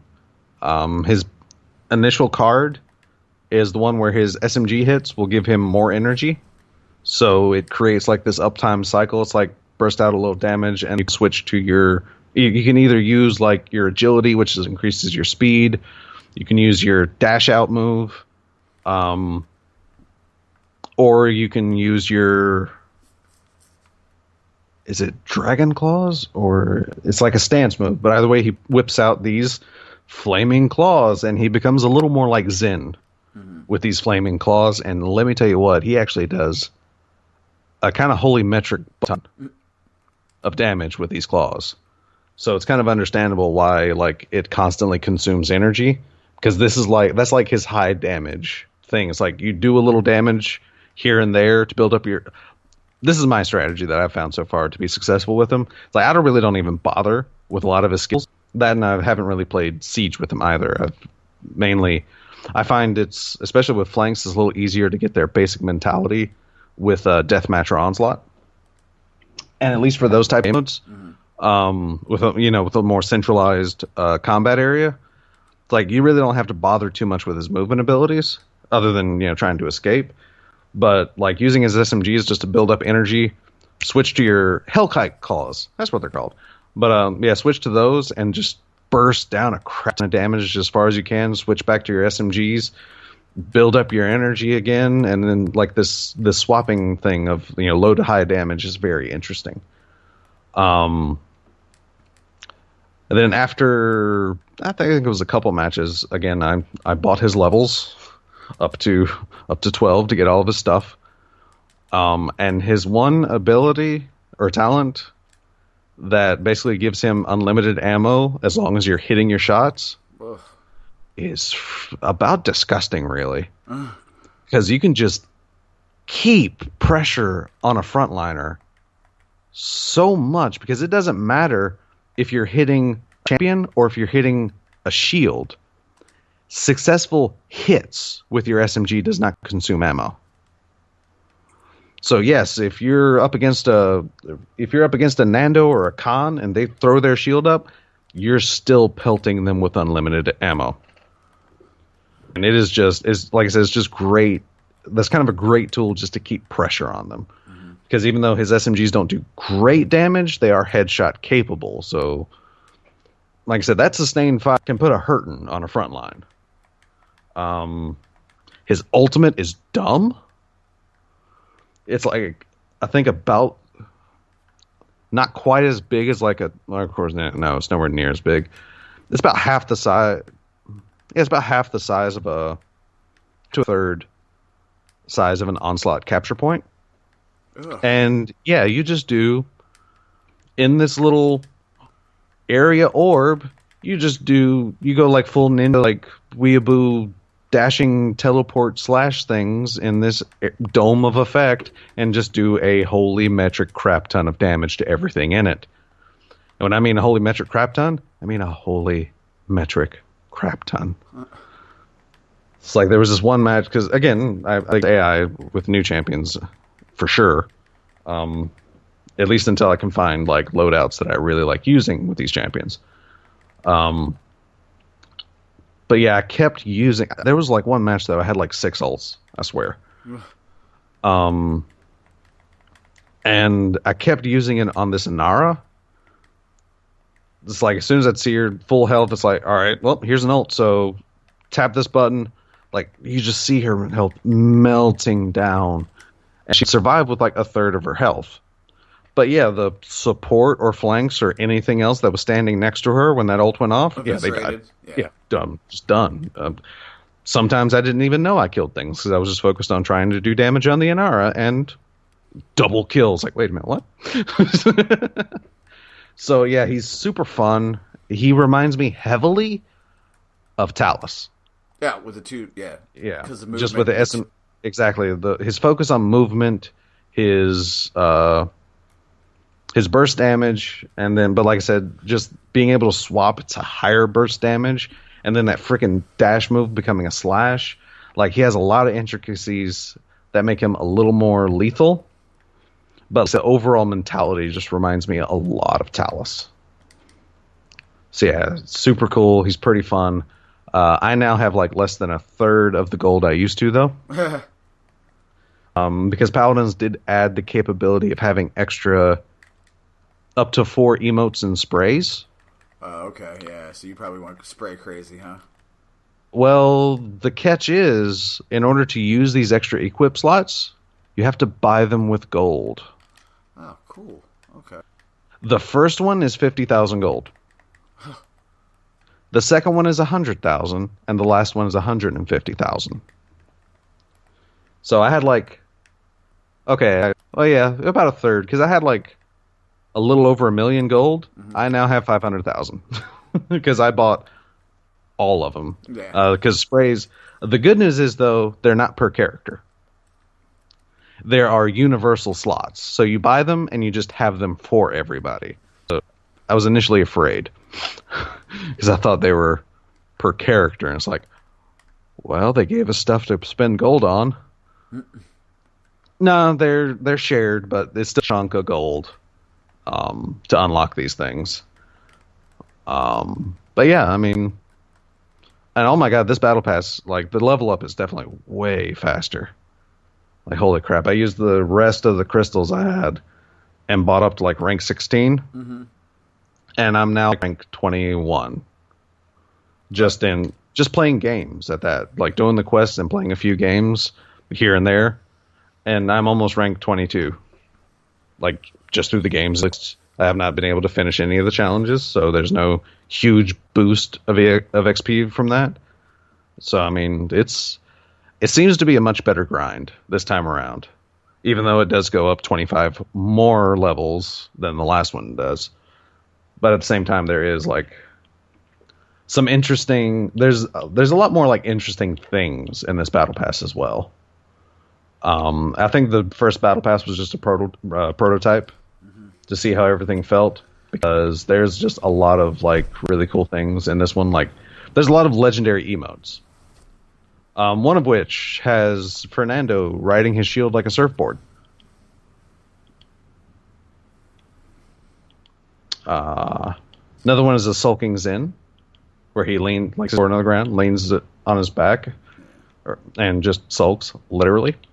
And then there's one for Kinessa dancing. Oh yeah, and a pose for Koga. I also really like his Koga's alternate that you can buy with gold is actually really cool because it actually takes away his mask. Oh, so you can actually his face. Yeah, you can actually play with a bare-faced Koga. Okay. I really like that touch. Which is every ninja's thing, because everybody wanted to see Kakashi's face. Oh yeah, for sure. And it was like, it's just a face. Yeah, I mean, even Overwatch did it. Like, one of Genji's early legendary skins was what they call, I think, Sparrow, where they showed him like human. But yeah, I mean, yeah, that's like every ninja thing. It's like, yeah, he's covered up and masked and stuff, but what does he look like? What's under that mask? Yeah, for sure. So, super fun. He has a flank. Like I said, he's different to use, because even though he does feel a little like Talus with the mobility focus, it's just... he has no cooldowns. And they've definitely, programmed him with that way, because you can't even screw up and buy the cooldown reduction items in matches. They're just blotted out for him because he has no cooldowns. Yeah, so you can't get Cronus or nothing. Exactly, which I liked that they started doing that, because... I know the characters that technically don't have ammo, you can now... I forget when they did it, but they did this where you can't accidentally get, like, Deft Hands, which increases reload speed, on, Grover, that just has unlimited access. Or who else? Who else doesn't use ammo? There's someone else. Because I think you can buy it with Fernando and Grok, because they're technically reloads if you overheat. Grover does not... Oh, yeah, what's his face? Shaolin. Oh, yeah. Shaolin doesn't have ammo either. He just pulls out of a magic quiver. Yeah. I mean, have you ever heard of the, quiver of unending arrows? I mean, sadly, I'm pretty sure that's probably a D&D item, legitimately. It is. It's a minor artifact. Yeah, I mean... Quite sure of that one, actually. Yeah, it's like I said, he's super cool, and of course, all of the skins are Asian themed, because this is, of course, the Weeaboo themed battle pass, because they're introducing Koga the Ninja. He does not have an event tied to him, so there is that. But they, like I said, they are making kind of a big deal around him being in here, like I said, with all the Asian themed stuff. The dragon mount is kind of my theme now. Oh yeah. Except for because I now, like, having been in Paladins for so long, I now have the dragon pretty much rounds out like my flavors of mounts for characters. Okay. Someone like Lex, even though he's not Robo, I'll use like the RoboCat. And of course, if they are a robot skin, I'm going to use the RoboCat. If it's a demon skin, I'm going to use Horse. If it's Inara or Terminus, I'm going to use the Ice Horse. I definitely use the Ice Horse when I get the Ice skin, the Ice Walker Inara. Oh yeah, like I said, I did that, but Terminus has a Jotun skin, so if I ever get it, I'll probably use that because they look amazing. But yeah, so pretty much everyone else gets the dragon because it's a dragon. Weird looking Asian dragon because it does have 2 front legs, but no rear legs. So it's kind of like a weird cross. Actually, no, yeah, that's standard. Yeah. At least in DBZ. No, that's the Asian, but that's the standard. Asian dragon. That's the cool. Yeah, dragon. front legs. Yeah. So it's actually like accurate because it has the mane. I think it even has the antlers. I'm pretty sure. But yeah, like I said, just 2 front legs, no back legs. So slithery, wavy tail. And kind of cool, I guess, if he floated instead of crawled, but that's nitpicking. But yeah, and you can no longer equip sprays or emotes while you're picking your character because of the wheels. Mm-hmm. You actually have to equip emotes in the champion screen, and you have to equip sprays in your profile screen because of those changes. But other than that, I mean, that's understandable. That's a little change. Yeah, I mean, it's something I never really worried with before anyway. Because, you can only use 1 emote. Well, most characters I have the base emote. And for the characters I do have emotes, I usually only have 1. So, I think Victor's the only one I have like 3 emotes for. I mean, Victor's also your guy, so. I mean, he is. If I've ever been away for a while, I know I can pick him up. That's like me in Torvald. I can pick up Torvald right now and be like, I'm launching you off the map. Bye. But yeah, so that's going on. This battle pass is definitely the experience gain just from regular matches is noticeable now. Mm-hmm. So that's a good change. Definitely faster. We'll see in the end because I'll definitely want to hit. I won't hit rank 75 or level 75 for that Maldumba skin, but that's the one that makes him look like a dark chancellor. Is that what it's called? Yeah. Okay. Yeah.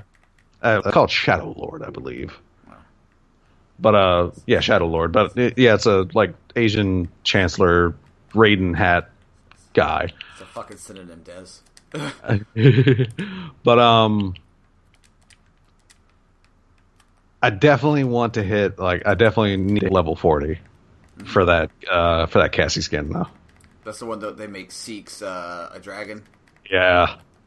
It's like if there's something that's gonna make me take off Nightbane Cassie, it's Dragon Caller Cassie. For sure. I mean, the one that got away, for the skin, is the Dark Lord. The Dark Lord Torvald. Oh yeah. Got away. I couldn't get it. With all the chests I opened, it just did not drop. And I'm like, motherfucker. Which, I mean, that and I like also that this battle pass does come with chances to get feudal chests. Like there's a few feudal chests in here. Not a lot. There's one at level 7. The next one, is at level 33.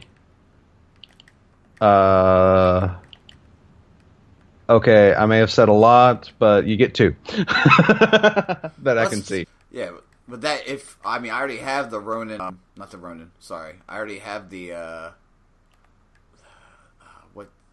goddamn Ash, the Ash. Oh yeah, that's Ronin.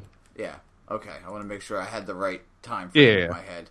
Yeah, I already have Ash, so all I really need is Talus, right? That's the only other. Yeah. Talus is probably definitely the second best. And Plushy Makoa, is that also Ronin? Oh yeah, the red panda looking Makoa. Yeah, is in feudal chest as well. But of course, I mean, the first basically, because the lower the level, the faster you level up because it isn't like an ever expanding level thing. Mm-hmm. So yeah, the higher you go, the more experience is required to hit the next level. And Akuma Makoa is only level 10. Oh, okay. And this thing looks freaking amazing, let me tell you what. Like, it's definitely like... It's now a toss-up between this and Volcanic for me. And the only reason I use Volcanic because, I'm one of those beta players that was able to unlock it. Like, before they gave us the extra experience on profile levels, I had it. So that's like my Varner. I was a beta player. I got it the hard way. Screw you. Yeah, I earned it. I think I got that too. Dude, you're talking about Paladins. I'm like, I don't need to grind so hard. All I need to do is cash in.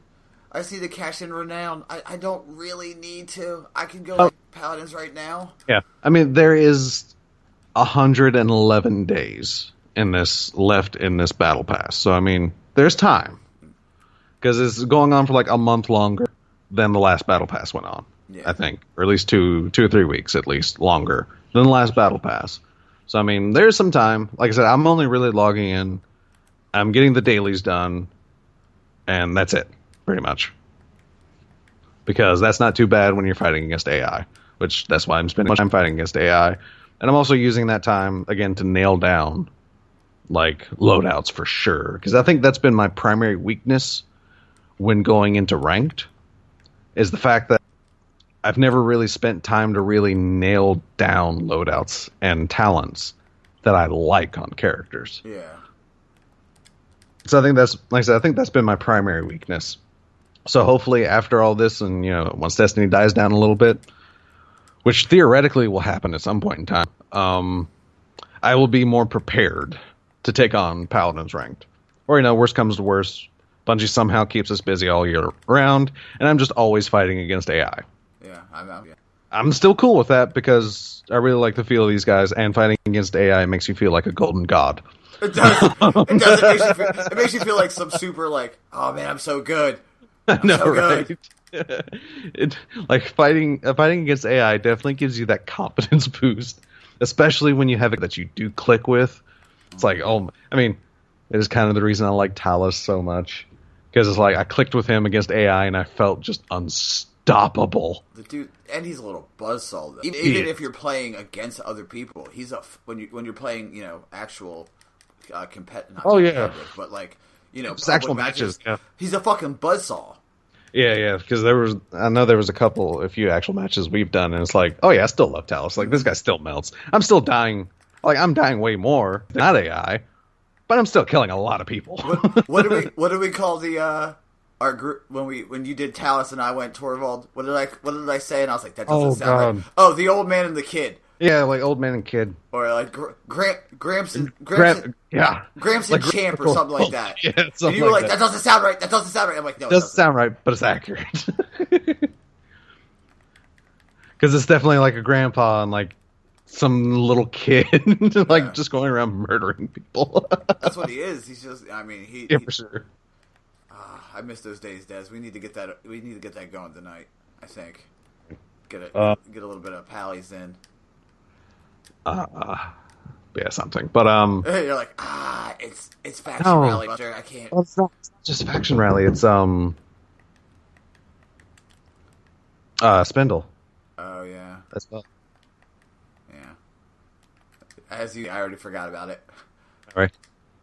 Hang on. I just got a knock on my door, so let me go check this real quick. All right. Hopefully everything's fine, and maybe Des will get a package delivered to him.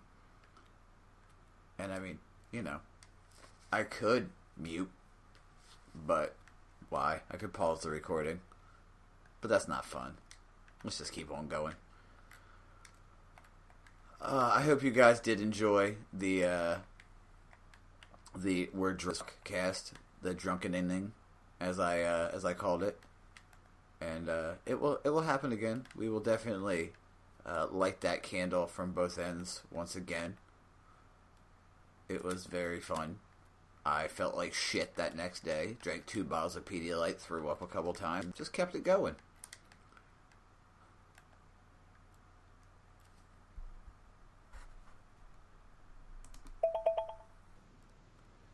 And Des is back. Yeah, which Thankfully, apparently, I'm a little while doing the podcast because normally it was the postal service. They normally knock like the police, but it was a very light knock, and that's why I was confused. But yeah, say just a package. Yeah, my mailman also knocks if there's a package, which I appreciate. You know? Oh yeah, for sure. But okay, our postal people, like, I don't know, but they have like the most amazing fitness ever. I think because I live on the second floor. Oh yeah, these guys they're drop the package. Yep, they're gone before you even get home. Yep, they're like 2/3 of the way back to their vehicle before we can even open the door. And it's like, how? I mean, I get it because you walk all day, but so do I. And I don't go up and down those stairs that fast. It's like, holy balls. Yeah. And one of those guys is about as hefty as I am. So, I mean, it's like, what's your secret, dude? Tell me your ways. Yeah, for sure. I mean, my poor mail delivery professional, because, we know one, Fudd. Oh, yeah. And, I disregard disrespect and say mailman. That's disrespectful. I mean, but at the same time, you're a mailman. Yeah, I mean, you don't call me a warehouse dude, so I don't call you a mailman. I mean, yeah, that's fair. There's another person. God, now I'm forgetting his name, and I feel so awful. But he's part of my old raid group with Forrest in them. Oh my God, I feel awful now because I'm forgetting his name. But yeah, he's also a male person, but he does not mind being called a mailman. Oh, okay. Which is why I'm still in them saying mailman. Yeah, our poor male professional. He has a walking route. Yeah. So he gets out and walks regardless of the weather, and I'm like, God, it's hot as balls. How are you walking? And he's like, I got the air on in my truck, and I'm like, okay. I mean, thankfully. Yeah, right. Thank heavens for small miracles, right? Yeah. Oh. So, Des, have you been watching anything new? You started any new shows? I have, sort of technically. I've finally followed some of your advice, and it's only the first season because that's all that's on Netflix. But it's Fairy Tale. Okay. And I liked it. It was really cool. Very interesting. It's the same guy that did Brave Master. Mm-hmm. So, but yeah, it was really cool. I mean, it's definitely kind of fan servicey. But it's got some the dub is actually fairly accurate, which of course is just bonus points for me. Yeah. That means I don't have to actually give it my full attention all the time. It means I don't have to read.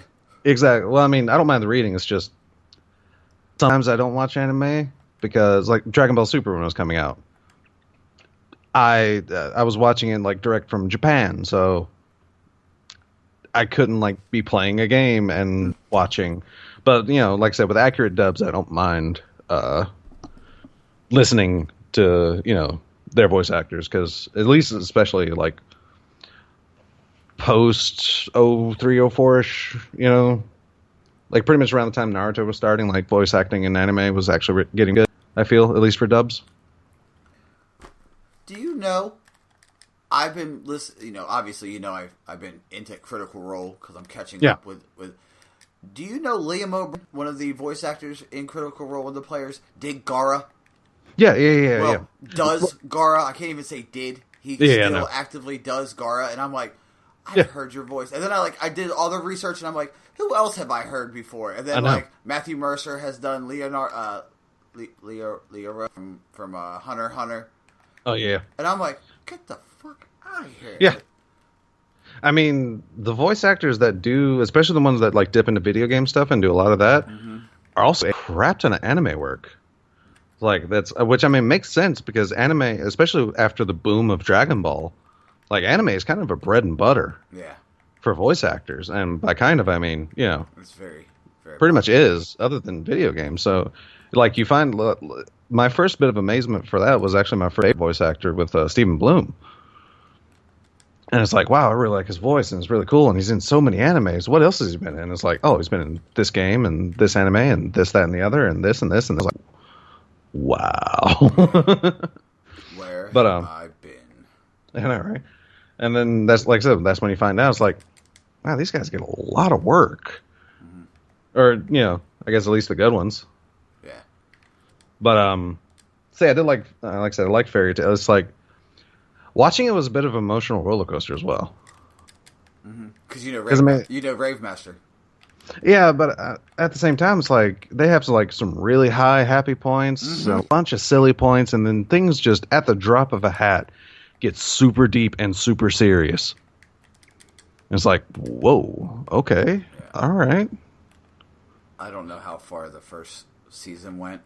Well, spoiler if you actually care about Fairy Tail, but much after the fight with the Master's grandson is where season 1 ends. Laxus? Yeah, Laxus. After you find out he's a lightning dragon and the fight for Fairy Tail, after that's resolved and he leaves, then season 1 ends. Because I know they're teasing also a bunch of different things. Like, oh my god. It's like, I definitely want to know, Gajeel is a double agent. But tell me, what side is he actually working for? Because he's reporting to the evil guy, but he's also reporting to the Fairy Tail Guildmaster, and he's claiming to both that he's a double agent. Who's he actually working for? Is he actually a good guy now? Or is it complicated? It's super complicated. He makes his own group called Rogue Sorcery. Okay. So he basically just kind of works for himself and double agents for everything. Yeah, I mean, he knows Urza, so yeah. And all that. And... So yeah, and Urza's actually became a very pivotal freaking plot point and emotional character. Like Jesus Christ. Even though it took them forever to actually say that Urza was an S-class wizard. You can see she's an we all know she's an S-class. Yeah, you can see she was powerful, but it's like, wow, she's just really strong compared to these other guys. And then they're finally like, oh yeah, she's S-class. And it's like, you wait 3 episodes in to actually tell us, and she's introduced in episode 4. Well, I mean, anybody who has that many abilities. I mean, for sure. She's, like I said, she definitely seemed to cut above the rest, but I wasn't sure once they introduced S-classes if she was part of it. I don't want to ruin it for you if you keep reading or watching. Oh, yeah. I'll find my ways to watch. Yeah, there's... But holy crap, is the last season, the next to last season, going to be a freaking chitter? 90 episodes on the last season? Or, like I said, because it's 8 seasons normally? And then season 0? And season 8 is 90 episodes long. And movies. Well, I'm not too worried. Is it? Do the movies fit in the timeline? Yes. Oh Christ! I have to worry about the movies. Yeah, I was kind of hoping for a Dragon Ball and Naruto thing where the movies were just things that happened and didn't necessarily fit the original story. It's like their downtime, I guess. Okay. The best way to put it. So does it matter? No, but is it good? Yes. Okay, so yeah, it's still like Dragon Ball and Naruto then. Yeah. So I can go back and watch the movies after done with everything. Yeah, for sure. Because I mean, one of my favorite Naruto moments from one of the movies, when they're in the Sky Kingdom. Oh yeah. And Sasuke runs and he's like, you see Naruto speaking to him. Spoiler alert for a movie that is several years old. Yeah, you see Naruto speaking, but you don't hear anything. And then he's in the water, and Orochimaru is like, oh, yeah. What did he say to you? And he was like, he didn't say anything to me. And then it goes to Naruto, and because Sasuke has the Sharingan, he can read lips. And it said, and Naruto looked at him and said, "I'm absolutely going to bring you back." Yeah. And I was like, Jesus Christ. Yeah. Speaking of also canon and non-canon and movies, Akira Toriyama has released, or they have actually released a trailer for the Broly movie. Part 4. Part 1. 4? 1? 4? 1 and 4, actually. 14. Because this is the 4th movie that Broly is going to be a part of. And I'm kind of that Burning and Gorilla, because I could have sworn that they gave information that they were basically redoing Broly's story. Yeah. And after they released the trailer, it's just kind of but they don't know anybody. It's well, isn't that point of redoing? Yeah. But I don't know if if that was information I found or if they said or anything. But yes, it is. This is a rebooted movie. This is Akiyama reclaiming the character of Broly, basically. Yes, he was responsible for Broly's original look, at least to a degree. But now this is his Broly. This is his Broly. Like I said, his physics doesn't look too different, but he is wearing different armor and different clothing. Mm-hmm. That's basically the most drastic redesign for Broly right now. And the story is very different because Paragus is back, which of course it has to be a reboot if Paragus is back, or they use the Dragon Balls to wish him back. Either way. Which isn't out of the question. I mean, yeah, they did the same thing to Frieza. But yeah, so this is a new Broly story. It is, like I said, Akira Toriyama's design. It is also Akira Toriyama's story. So he is actually pretty much scrapping and redoing Broly, from the ground up with this movie, and trying to give him kind of, I guess, a bigger, reasoning for why he's so powerful and such, I guess. I'm 100% certain. But he, like I said, this is the thing. But hilariously, this is actually apparently said to follow the series. So I don't know for certain because this was secondhand information, but this seems to be the actual first canon appearance of Broly. This actually happens after the current end of Dragon Ball Super.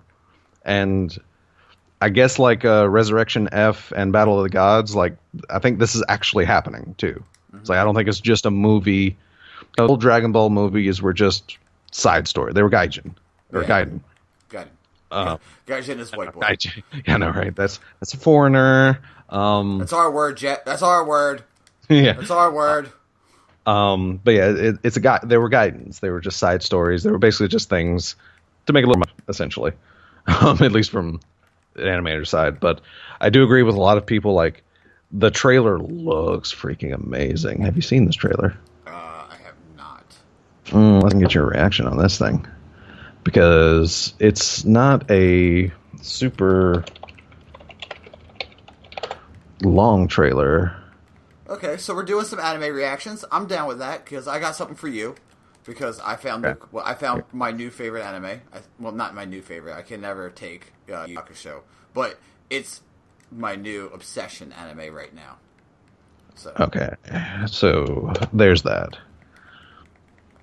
And hilariously, actually apparently doing this very shortly after it's being released in Japan, which is curious because this happens after the show, but they're not done dubbing the show yet.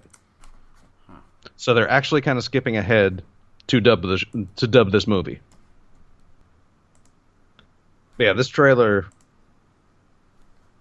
Oh, hey, there it is. Thanks for updating Skype. I appreciate you. I didn't know where anything went. I was like, where the fuck did it go? I know, right? That is also always scary. Sean Schimmel as Goku again. Because this is the dub trailer at that. Okay. Official from Funimation, so. Okay. Well, yeah.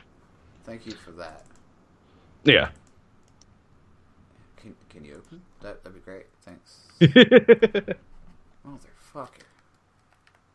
Great radio, everybody. Yeah. Me cussing at how stupid the new up for Skype is. Okay.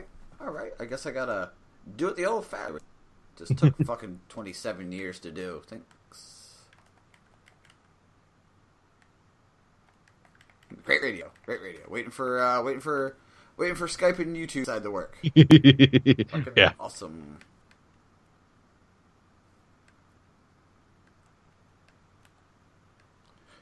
Oh. And then you open 9 tabs. Appreciate that. That's great. You know what really grinds my gears, Des?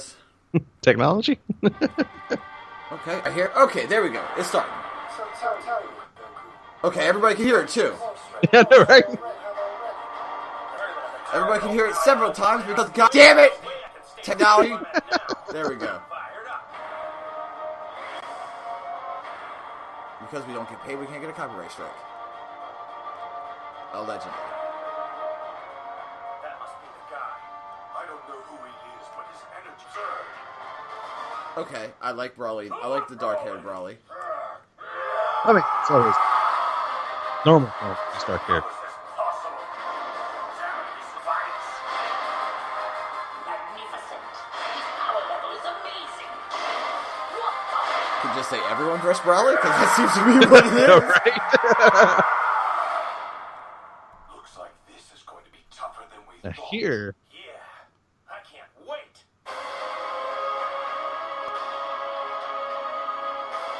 Okay.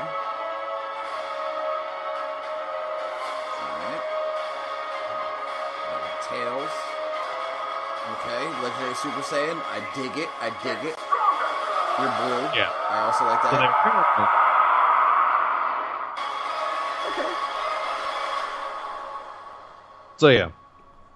So apparently, this is also one important thing to note. Like for those of you tracking down and watching this yourself in the audience, if you even care. I get not everyone's into anime. It's cool, but an important thing to note here though is like this is actually like at least for who is Toei Animation, I believe. Mm-hmm. Does it in Japan? There's a new animation director now that is like just over the company, but like in artists. So like the animation, at least, from that standpoint, looks like super good and like super crisp now. Who actually looks pretty amazing here. But also apparently with Akira Toriyama taking over the story, Legendary Super Saiyan is even stronger because apparently Broly doesn't even need to transform until Goku goes Super Saiyan Blue. Like, holy crap! Yeah. All right, so here's this. Okay, let me frame this so that way you're not like the most confused. All right. This is the anime called Overlord. It is. I could just. It's in the first episode. It's basically It's in the future. It would be like if. I guess World of Warcraft became real. Like you can lock in. Okay. I've got told it's like a dude gets trapped in a game, not unlike .hack. Yes. But he actually like plays the bad guy. Yes, and essentially, he's also uber powerful. Yeah. So the clip I sent you is it's from season 2, I believe. Yeah, but it's one of the most epic anime entrances, and it doesn't really ruin anything. Yeah. So yeah, undead soldiers because minions. Mm-hmm. Digital. Mm-hmm. Because down because fantasy. There's presumably the Overlord, big skeleton guy. Yep.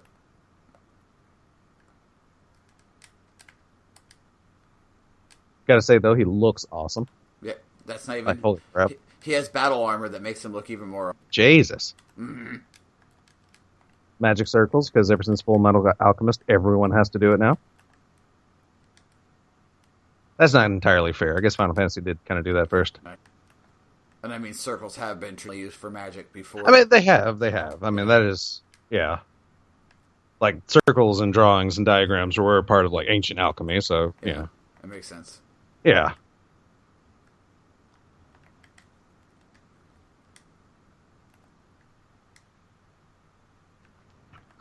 A bunch of undead soldiers. Yeah. That is a giant thing. Yeah. A monster! Ooh, wah. Anyway. Did the skeletons raise yet and then make a stairway for him to walk up? Yeah. Okay, that giant golem just threw a solid stone cube. Okay. I might have actually have a shorter clip than I intended. But I'll explain what happens. Yeah, this is interesting though. So, yeah, Undead soldiers. Oh, no, here's Yep. the stairs. Yep.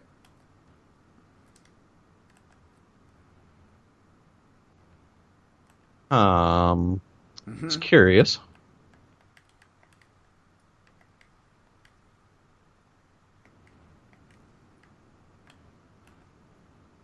Yeah. Yeah, they pretty much have the idea. It's like a session. What? It's like, yeah, this is basically what it is.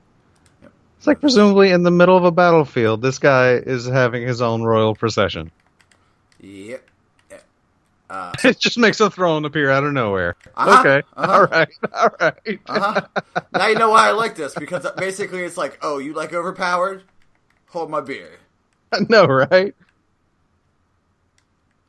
And the best part about that the kicker of that whole is Pretty much, there's weird things talking. that's the and they lizard. keep talking. Oh, okay. Keep talking, and they keep talking, and they're done. Clip's over. Yeah.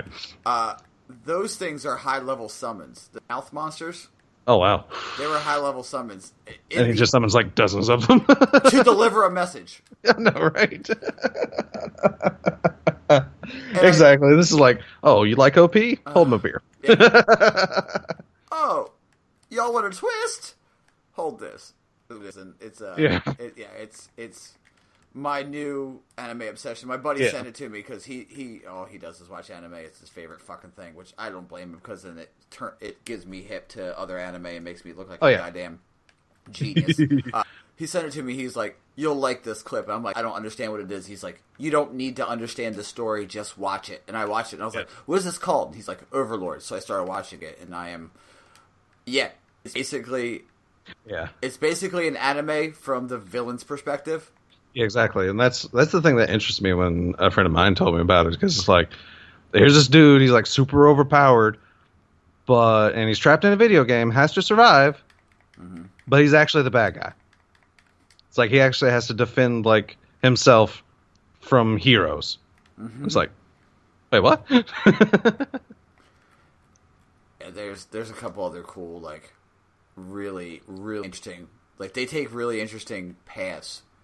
Which it kind of reminds me of a game, which may have had a similar name, that is like a dungeon crawler thing, but it was more like a tower. I guess it might have been like one of the things that started tower defense, but where basically this demon that you have to summon minions and stuff to protect your lair from heroes. Nope, there is a game called Overlord, and it is a guy. He wakes up.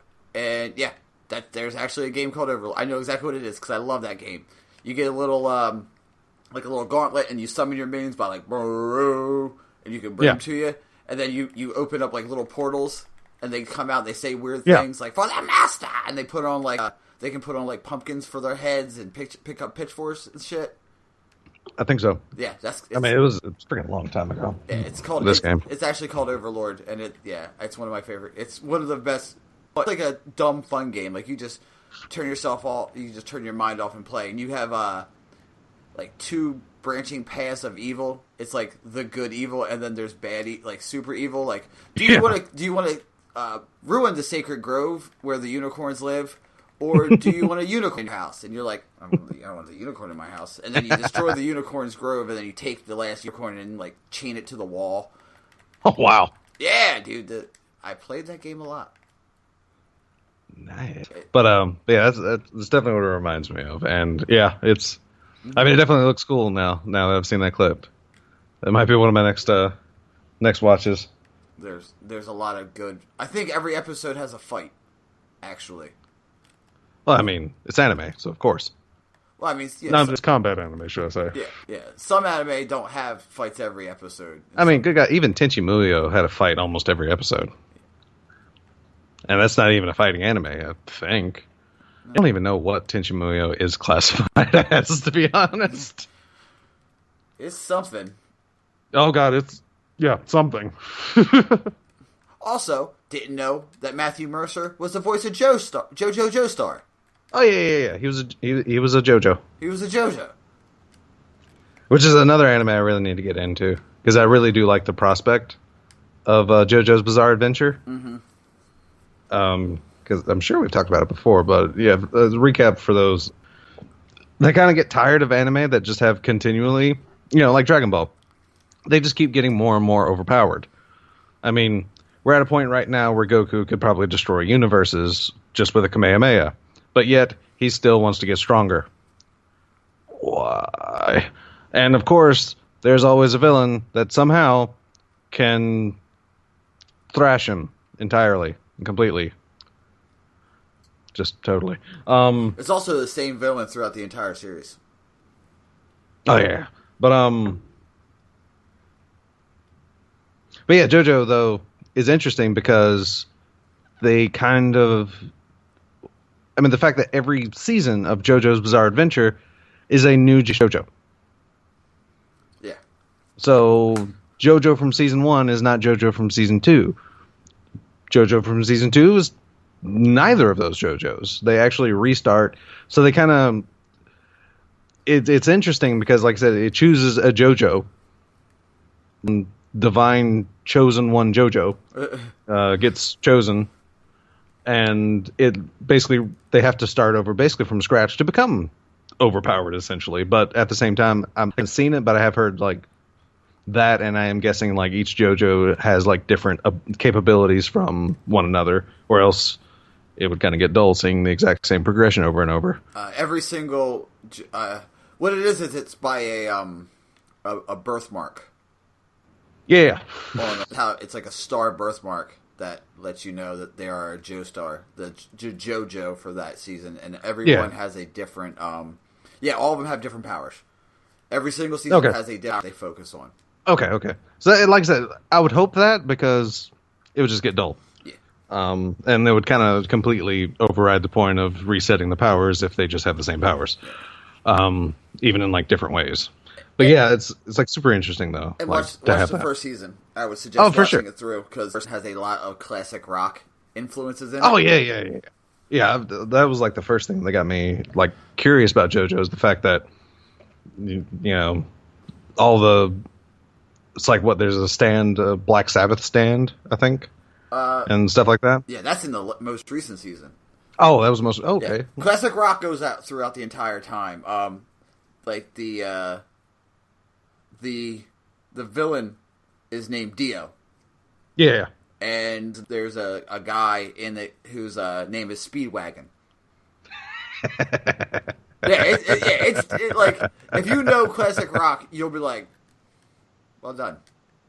And I think there's a stand called the Sex Pistols or something like that, or a reference to it either way. But it like the stand is called something, and like I think that person was in the Sex Pistols, and the stand are pistols.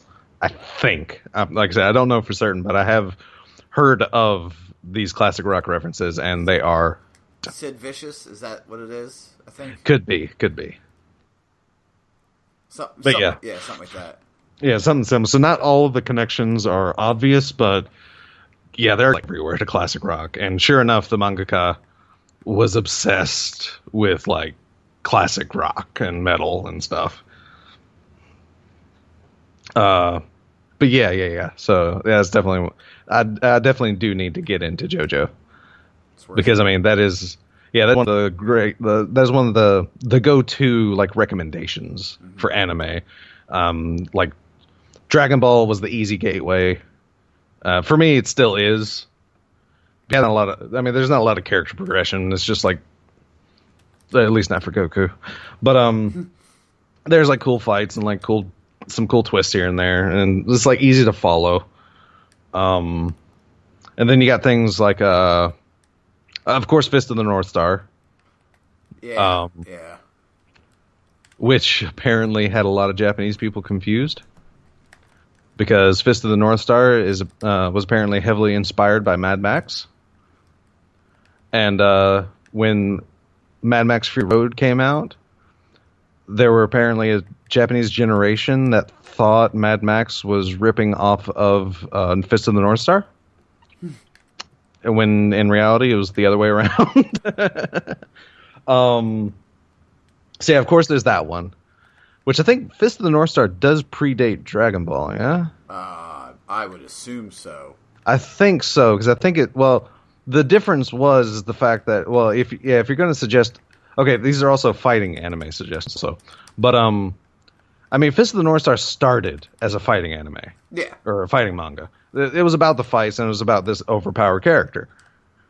But, like, Dragon Ball, at least when it started, was just like other Akira Toriyama manga.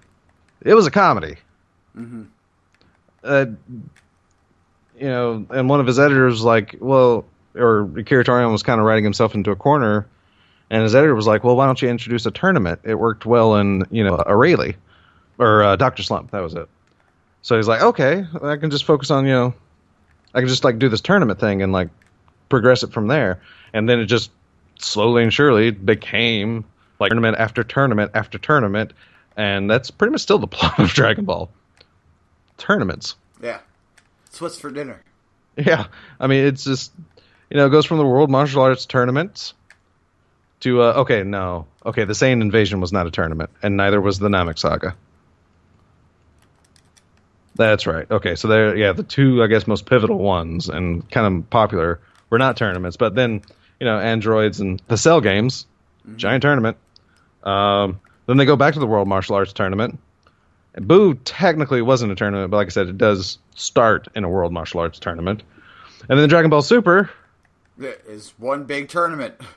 I mean, the first two sagas aren't because they were long redos of the last two movies for Dragon Ball Z. Mm-hmm. And then, yeah, after that is an exhibition tournament. Or this universe tournament. Oh, Tournament of Power. So, like, holy crap. Mm-hmm. But yeah, so, yeah. And then, of course, there was GT, which we don't talk about. Didn't have tournaments whatsoever. I don't think so. Because the idea of GT originally was like getting back to like original Dragon Ball, which, again, hilarious. I didn't even know this when I was watching, but yeah, it was Akira Toriyama's idea to turn into a kid again to kind of reset his power. Of course, people didn't like that, so that didn't last very long. But yeah, there's no tournaments. Not very many people like having their power reset. Ask Bungie. I mean, that's very true. I mean, once you get used to it, I mean, it's just a thing. Also, like, you know, Naruto, good God, that went on forever. One Piece, still going. Their power levels are still rising. Like, holy balls. Yeah, but there's like an echelon. I mean, there is, but like I said, at least it's not like forms anymore for Luffy. Like, he's kind of capped out on forms, but now he's using... Sort of. I mean, he's like learning Haka, which is kind of different, and he's like altering forms, but like I said, it's going to happen where he's going to produce a new form or something. It's anime, right? It's going to happen. It's like apparently there's going to be a new level of legendary Super Saiyan in this Broly movie or something. So, I mean, even Broly, Mr. O, is getting more power. Like I said, it's very interesting. He doesn't have to like really transform until Goku hits Super Saiyan Blue. Because there he is absolutely trashing Goku and Vegeta in Super Saiyan. It's like, yeah, I mean, yeah, that's been previous movies. It's like nothing different there. Goku, you know, Broly just like having his way with everyone, including Frieza now. For some reason, he's in the movie and fighting Broly. I don't understand that either. It's like, why are you bringing Frieza into this? I mean, sure, he's like right up there with Goku and Vegeta right now. Like, definitely on par with their power, but we don't judge. Yeah, it's like super weird. Like, why is he even involved in this fight? And for him to be involved with a fight, he has to be teaming up with Goku again. Oh, so there's a lot of like questions with this one, like a lot. But yeah, so I think that also inadvertently covers a question. Burning with the new DBS movie trailer released this week. Does it feel like a reimagining of the original Broly movie to anyone else? Yeah. Yep. I mean, it totally does, because it basically totally is. Yeah. Okay, but I love this question from Gorilla Golf, because this is right up our alley. And when I say right up our alley. What DC supervillain story arc could revitalize the movies? Ooh. Right? A super villain too. Yeah, a super villain story arc that could actually breathe life into this DC movie universe. I would love a young Ra's al Ghul. Yeah. I think Ra's al Ghul could do some good. I don't think he'd be quite flashy enough to draw people in, though. Because at least movie-wise, and I guess one thing to realize that we're not familiar with is like Ra's al Ghul would like inject like some interesting life into DC for us. But at least for your common, I mean, the closest they've come to seeing a Ra's al Ghul was with Liam Neeson. And even then, he wasn't quite such a huge in the movies. Okay. But I guess I went like kind of you went. You did. I mean, and they could probably make it like if they actually introduced like the League of Shadows in an interesting way. Like one I do think might actually do some real good. And technically not really a super villain, sort of, kind of is, but what's his name? I forget. Batman's son, Damian. Oh yeah, Damian Wayne. Yeah. Yeah, if they introduce Ra's al Ghul with Damian somehow, some way, since the current, since Batfleck is an older Batman, they could probably get away with introducing both Ra's and Damian and having this super murderous son of Batman. What about Darkseid?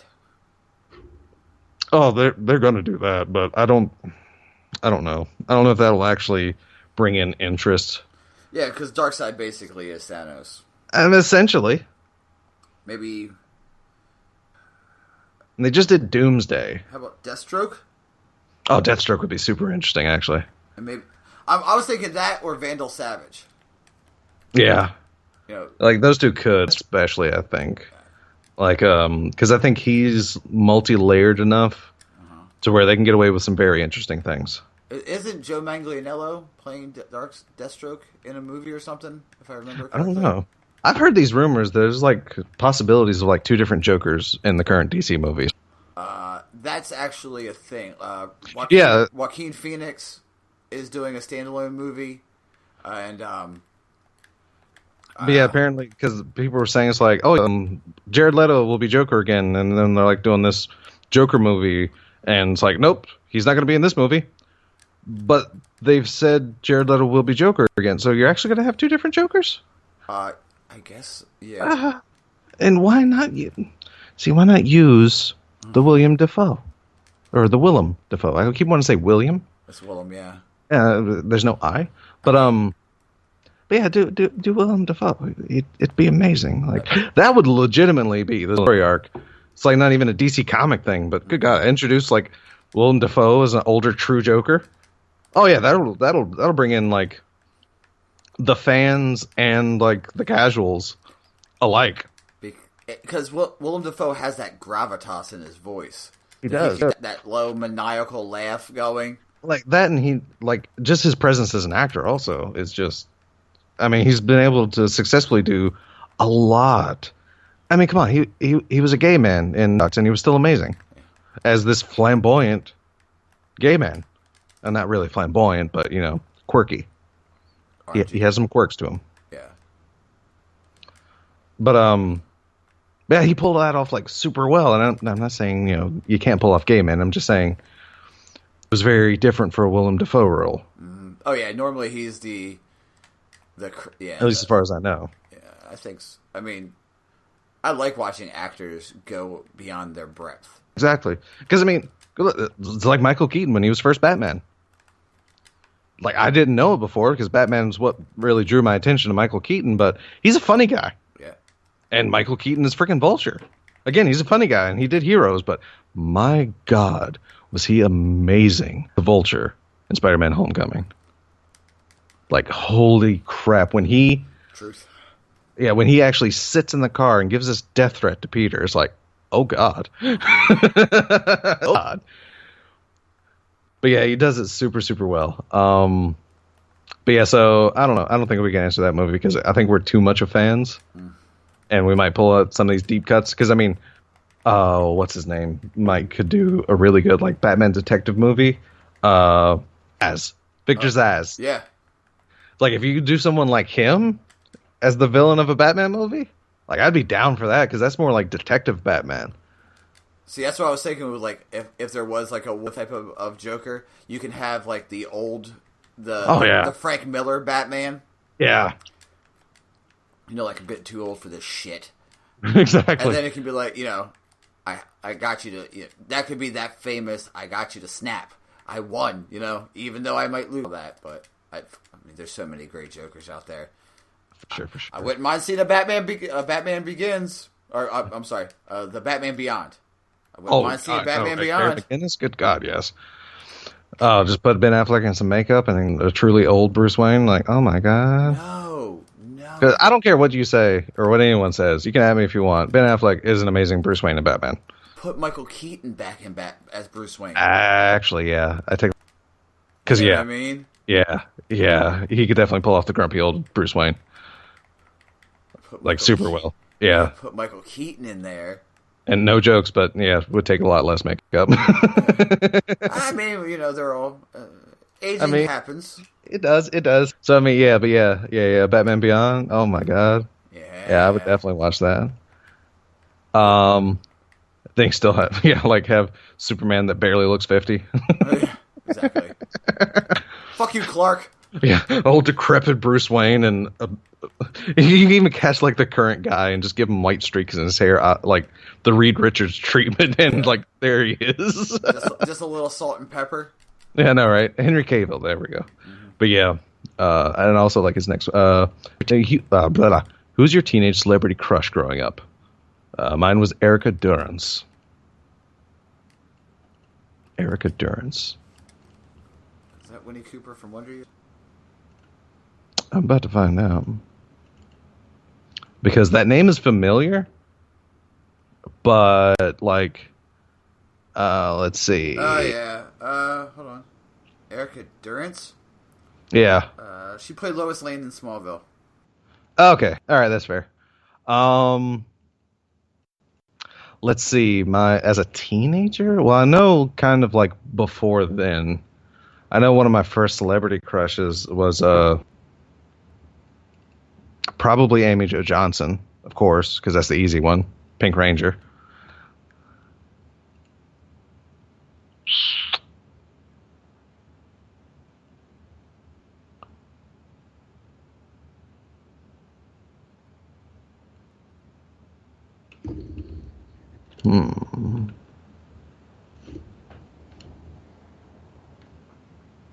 I don't know.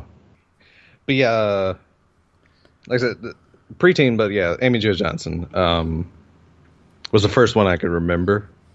After that, probably Terry Hatchett from because of the adventures of Clark and Lois, or Lois and Clark, because puns and wordplay. Yeah. For me, I mean, as a teen, from Topanga from Boy Meets World. Let's be real here. Yeah, let's be really that's another real. One. Yeah. Amy Jo Johnson, obviously, because who doesn't want to fuck a Power Ranger? I know, right? I mean, it was like that was probably borderline preteenish, if I remember, because I was still in elementary school. But yeah, definitely like, yeah, Topanga's there as well. Topanga was probably like a realistic crush, with a girl somewhere around my own age. Oh, I'd be remiss if I didn't say Tiffany Amber Thiessen. Oh yeah. I would be remiss if I didn't say her, because... Yeah. Yeah. Also, she still got it. Yeah. I mean, I think that's probably one of the reasons I first started watching. It's like, oh wow, Tiffany Amber Thiessen is actually in something again. Was she in Charmed? The first few seasons. Are you sure? Not 100%. I can make people mixed up. I think I get your people wrong. I mean, it's possible. It's completely possible, and oh my god, apparently there's going to be a Charmed reboot that has connections to the original series. That's fantastic. Why do they always do this? Oh no, that was which actually is another one. I mean, yeah. Hold on. Okay. Just trying to think here, because it's been, thinking about your years. You're like, oh, those are. I know, right? Those are dark times. Oh yeah, her. Yeah, actually, I wasn't too into her. I don't think. I could be wrong, because good God, that was freaking ages ago. I mean, I don't think she quite did it for me back then. Yo, here's one. What about Rachel E. Cook? Rachel Lee Cook, the name. Oh my god, hang on. I have to now search these before I say something. the girl from She's All That. She's All That. Hang on. Oh yeah. Yeah. Yeah. I mean, of course. I mean, and Sarah Michelle Gellar.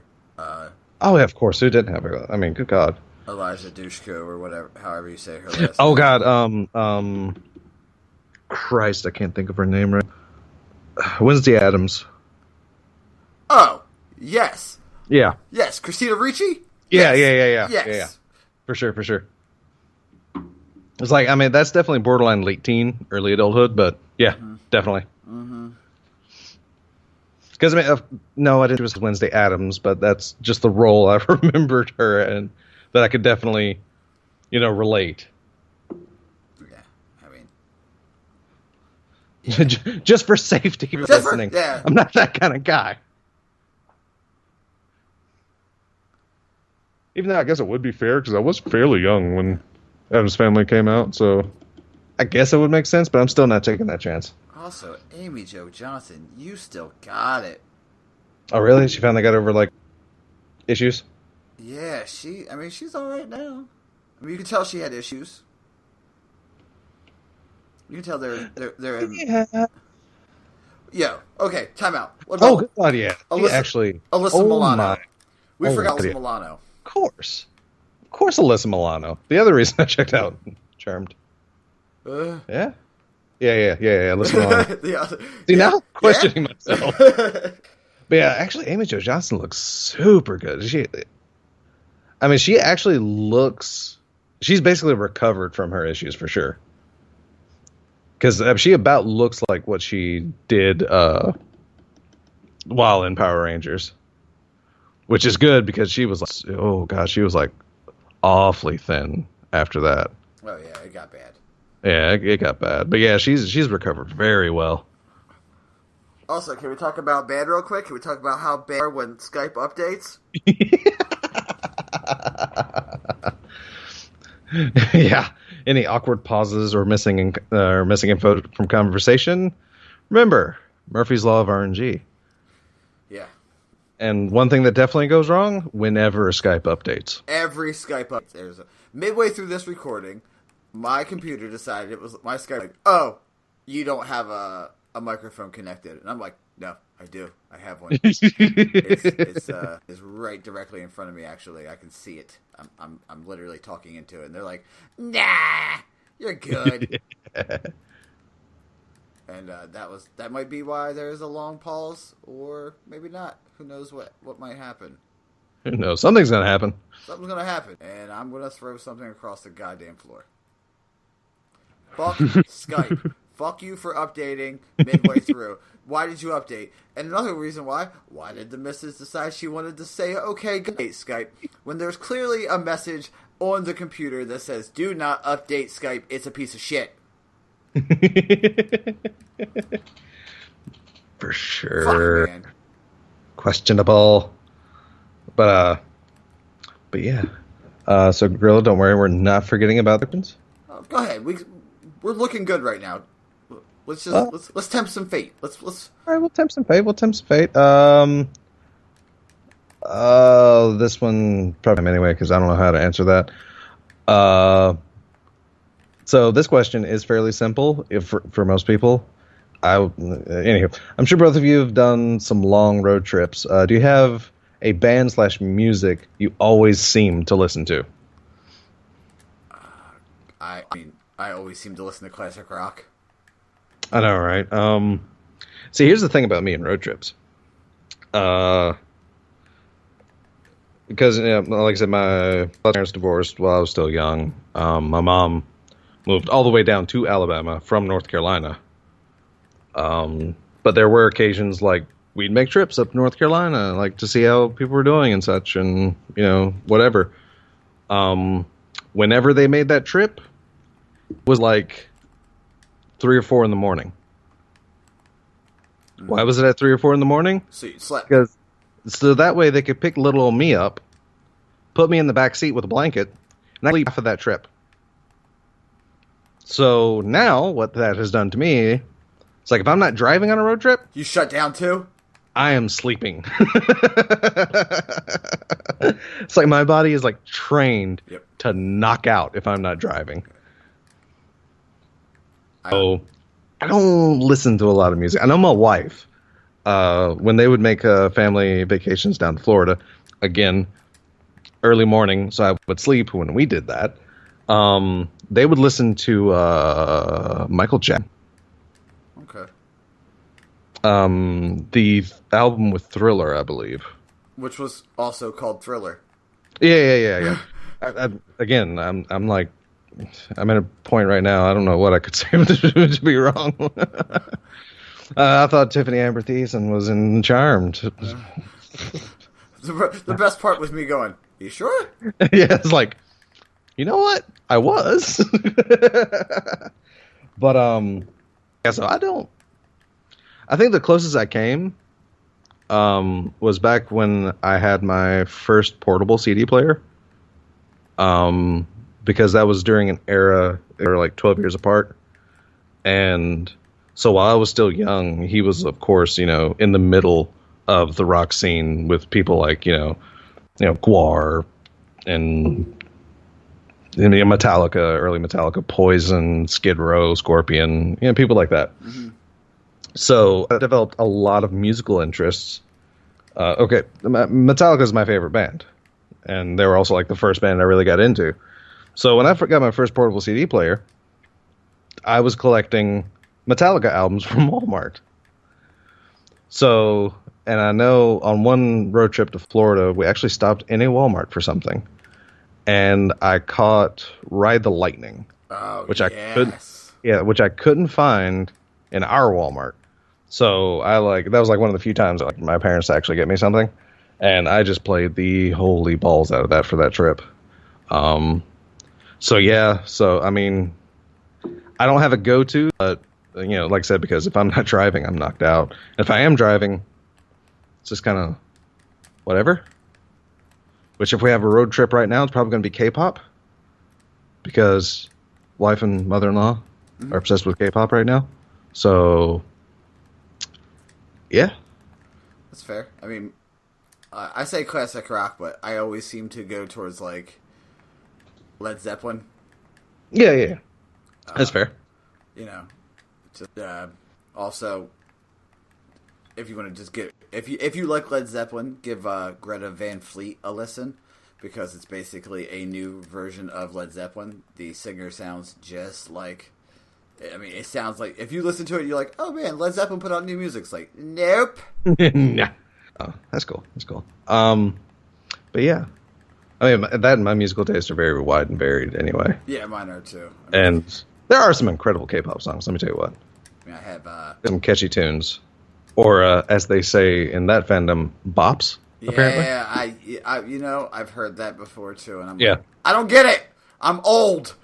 I don't get why, but I just know that's what it is. Mm-hmm. It's like, what I don't get about a K-pop fandom is, if you're for a specific person, you are that person's stan. That is literally how they label themselves. Like, yeah, I'm a Jungkook stan. It's like, I looked at my wife and it's like, when I first heard it, I thought it was stand. It's like, oh, I'd stand beside them or whatever. That connection can kind of make sense. She's like, no, it's Stan. It's like, why would someone label themselves as a Stan? The closest thing I can get to that connection is Eminem's song Stan. That's exactly what I was. Exactly. Yep. And that's not a good. That's not a good comparison. Why would you want to be a Stan? Someone that would kidnap someone and do a murder suicide? Yeah. Come on. That song was a warning. Yeah. You don't take it on as a label. Listen to the song, people. Exactly. It's like, it's not a good song, really. No. Again, that's actually this made a Dido, which is actually an amazing. They're pretty good. Yeah, let's stick with my gut there. She did some good songs. But yeah, it's like, holy crap. Why? But yeah, they got some. They're like that fandom is just very, very weird and confusing. Also, the missus has gotten me into like musicals and stuff. Yeah. Like The Great Attack. Yeah. For my wife, because I know I bought her Grease. I got her West Side Story. She is obsessed with Rent for sure. She actually had the soundtrack at some point in time. They got lost to the ages, I guess, somewhere along one of our moves or whatever. Mm-hmm. But yeah, so it's like I bought her a couple of musicals, but yeah, Mamma Mia, of course. Mm-hmm. Which actually wasn't a half bad musical, if I have to say so myself. It wasn't half bad. Also, it wasn't half good. I mean, it's a musical, so I mean, you get what you pay for. Yeah, it wasn't too incredibly awful. Like most of the songs weren't like super exposition, basically, and they were just kind of fit the scene or whatever. But I mean, that's just my opinion. And yeah, when you love and care about someone, you put yourself through some very torturous things, like musicals and The Notebook. You lost me on that one, bud. I had to watch that one. I did not. It's actually an incredibly touching and sad movie, though. I bet. I've had to watch Into the Woods. I haven't seen that one. And then midway through it, the missus was like, "Oh, in the stage, the wolf's dick is out," and I'm like, "What?" And she's like, "Yeah, he's a wolf." And I'm like, "Why is his dick out?" And I'm like, "There's Little Red Riding Hood, way deeper meaning." I know, right? Oh god, that's what she said. Whew. Yeah, I think. Ooh, that one. I think that's gonna be it. Yeah. End it on a low note. End it on a dick joke. RNGCast. Also watch Marco Polo on Netflix. It's good. It's like the way I describe it, it's Game of Thrones set in Mongolia with no dragons. But the dragons make Game of Thrones interesting. I mean, I think you you like martial arts movies? Yeah. Then you'll like that flair? Okay. Oh, yeah.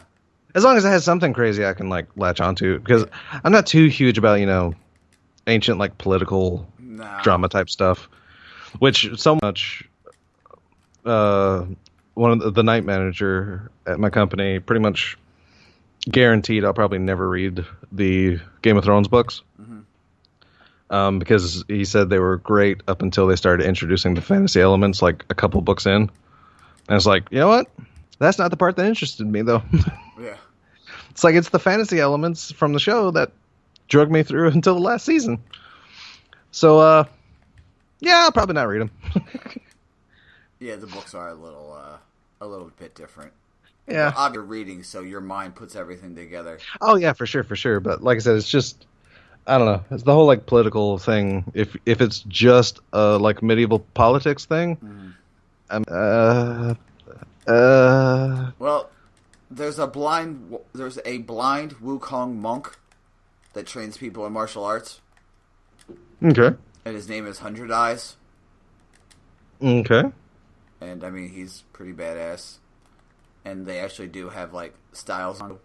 And what's it called again? Marco Polo. Marco Polo. All right. I'll give it a shot. I'll see how I like it. Yeah, it kind of hooked me. I'm on season 2 already. Like I said, if there's something there that can catch me beyond like the political thing, it's kind of like Avatar. Yeah, there was a lot of like, of course, political, stuff in Avatar, with Fire Nation, like conquering everything and crap and whatever. Which I still haven't really watched the show through and through, so I don't know for certain. But still, it's like, the benders and crap that, for me, would make it interesting for me to actually sit through and watch. So, yeah, I need something. Yeah, yeah, it's good. I thoroughly enjoyed it. And it always seems that, like, I mean, obviously, it's a Netflix, so there's, like, sex and nudity and stuff. Every time that there's a questionable sex scene, my girlfriend walks out of the bedroom, and I'm like, it's not every time, okay? It's not this. It's not a porno. Don't give me that look. And she's like, every time I walk out, there's some weird shit going on. I'm like, well, all right. Hear me out. And, like, a lot of these series just, like, not, though. Yeah, I don't... It's like, I understand it sells to a very wide audience. Like, nudity, sex, and crap like that, but... at least with something like early Game of Thrones, is like, they were almost pandering to it. Yeah. And, it's like, if you had a stronger story, you wouldn't need it. That's true. Just saying. And look at Lord of the Rings. I mean, come on, their elves were their most beautiful characters were in these large dresses and crap where you can barely make out their figure. So, I mean, like I said, if you have a strong enough story and enough interest, you don't need all that to sell it. But, I guess that's the old, fairly conservative fogey in me. Yeah, sex sells, though. That's the thing. It does, and I'm not going to deny that, because it really does. But yeah. Time I'd definitely be more interested in it. Mm-hmm. But that time has well passed for me. And she was like, it was funny too. She's like, "What is this?" I'm like, "Marco Polo." And she's like, "Describe it to me," and like, give me the back page sentence of it. And I'm like, "Oh, it's Game of Thrones without dragons." And she looked at me, hard pass, and I'm like, "God damn!" Because she's like you, like she doesn't like the battle scenes or nothing. She likes the fantasy elements. I'm like, that's fair. I understand that. It's pretty. I find it amazing. That's a dragon breathing fire on people. Holy shit. But shit. I mean, yeah, that's true. But like I said, I mean, crazy martial arts. I mean, come on. Our age range, you cannot be obsessed with you cannot not be obsessed with martial arts. It's like almost impossible. I mean, we kind of grew up in the middle of like the ninja craze, basically. Oh yeah, Ninja Turtles. Ninja Turtles. I mean, Surf Ninja. Three Ninjas. I mean, Rocky come on. Golden Tum Tum, motherfucker. So I mean, yeah, it was Chris Farley, Beverly Hills Ninja. Beverly Hills Ninja. Yep. I mean, come on, it was every freaking way. Yeah, like modern day is superheroes. Mm-hmm. When we were growing up, ninjas and kung fu movies. Yep. 100%. I mean, yep, I'm with you 100%. That's true. It was practically everywhere. I mean, I wanted to be a ninja. Oh, for sure. Everyone in our age group does. I took shitty martial arts lessons to try to be a fucking ninja. Then I was like, wait, I don't get a sword? The guy was like, no, you don't get a fucking sword. I'm like... Makes you think you get a sword? The movies. I'm like, hold on. You're trying to tell me Rocky's better than me? They're like, who are you talking about? I'm like, never. I'm like, never mind. I'm out. Sorry. Oh, God. Sorry to waste your time. Yeah. Oh. I've actually considered even. Like when I was younger. Yeah, Not just being a ninja.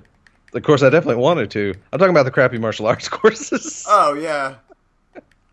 Crappy martial arts courses, I found judo. So, I mean, I can't say that it didn't help, but I watched a guy do a kata, and I'm like, oh. I looked at my dad looked at me, and he went, let's get the fuck out of here. And I was like, I'm already in the car.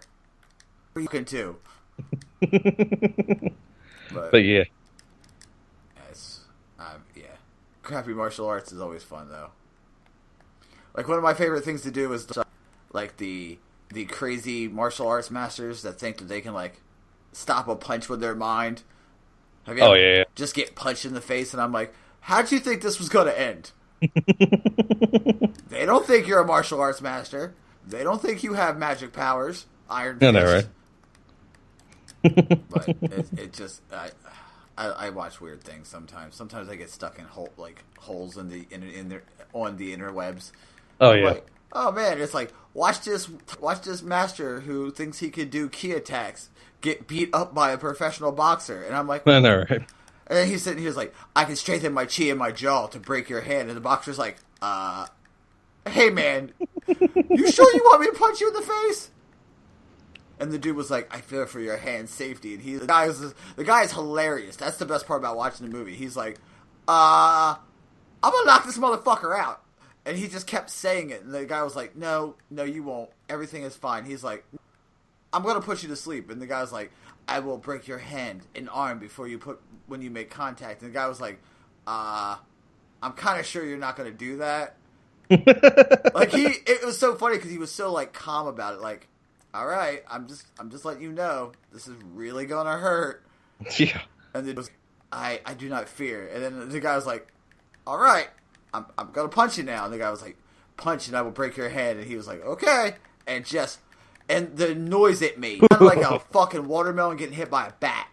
And the dude is locked, like, you see people get knocked starched unconscious. Oh yeah. Just arms locked, feet wiggling, making snoring sounds, and the dude was like, hey, I was going to knock him out. And I was in tears at 6 o'clock in the morning getting home from work on Thursday, and I woke my girlfriend up, and she looked at me and she said, what are you fucking laughing at? And I showed her, and she looked at me and she's like, you're a fucking lunatic. And I'm like, yes I am. It's like the sad people. It's like, I watched this one video where this kid thought he could actually go. Yeah. And it's like, you're just sitting there screaming for 30 seconds. You might have a future in voicing anime, but Super Saiyan, you're not going. Excuse me. I think I can help. I think I know how this is going to end. You're going to get hit a lot. Oh god! And the kid was super serious about it too. It's like, I'm going to do it for the first time. I'm going to do. It's going to happen. And then it's like, oh my no! And he just sits in front of this camera and just screams and takes his shirt off and just keeps screaming. It's like, stop! You're going to get an aneurysm. Someone's going to die. Yeah. It's like, oh my god. Oh boy, that's never good. Yeah. Yeah. Yeah.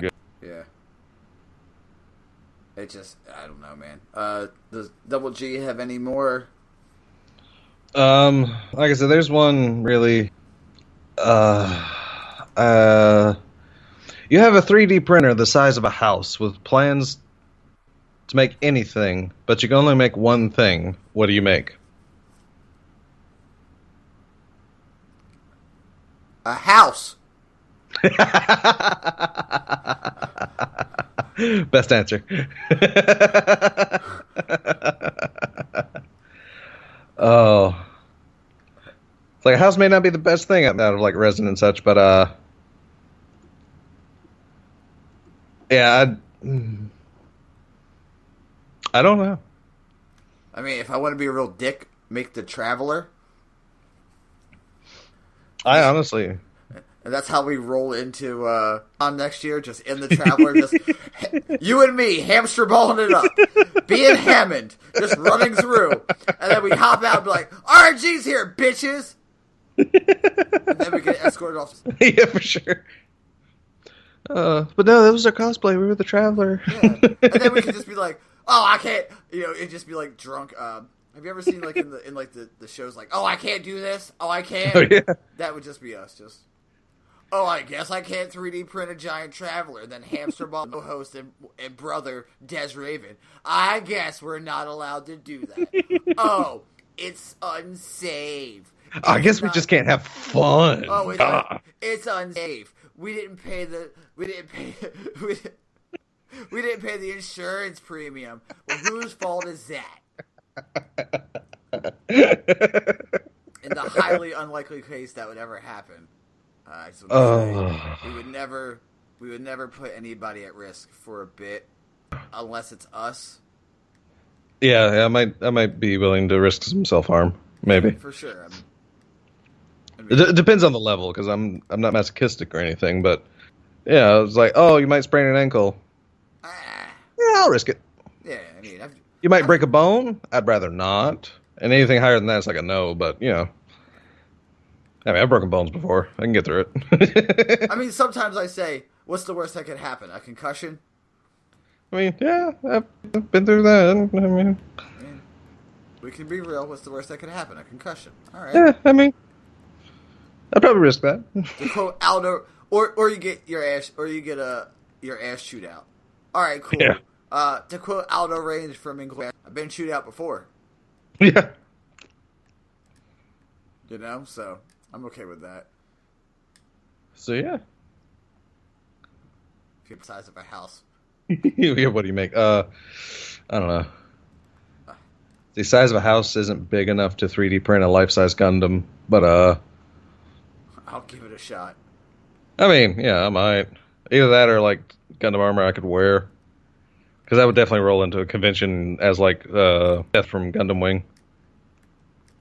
Yeah. Because that mech was freaking amazing.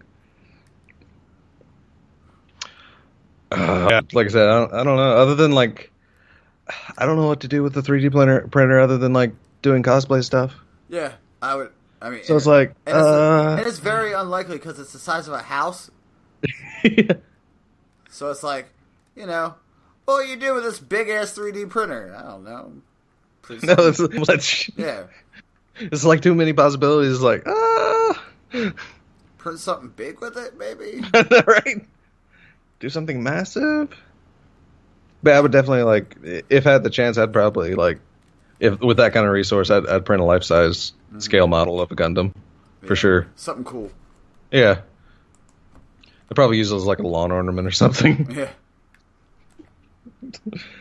Just walk up to it and be like, "This is my Gundam, bitches." Very cool. Very cool. So most people have garden gnomes. I got a garden Gundam. What?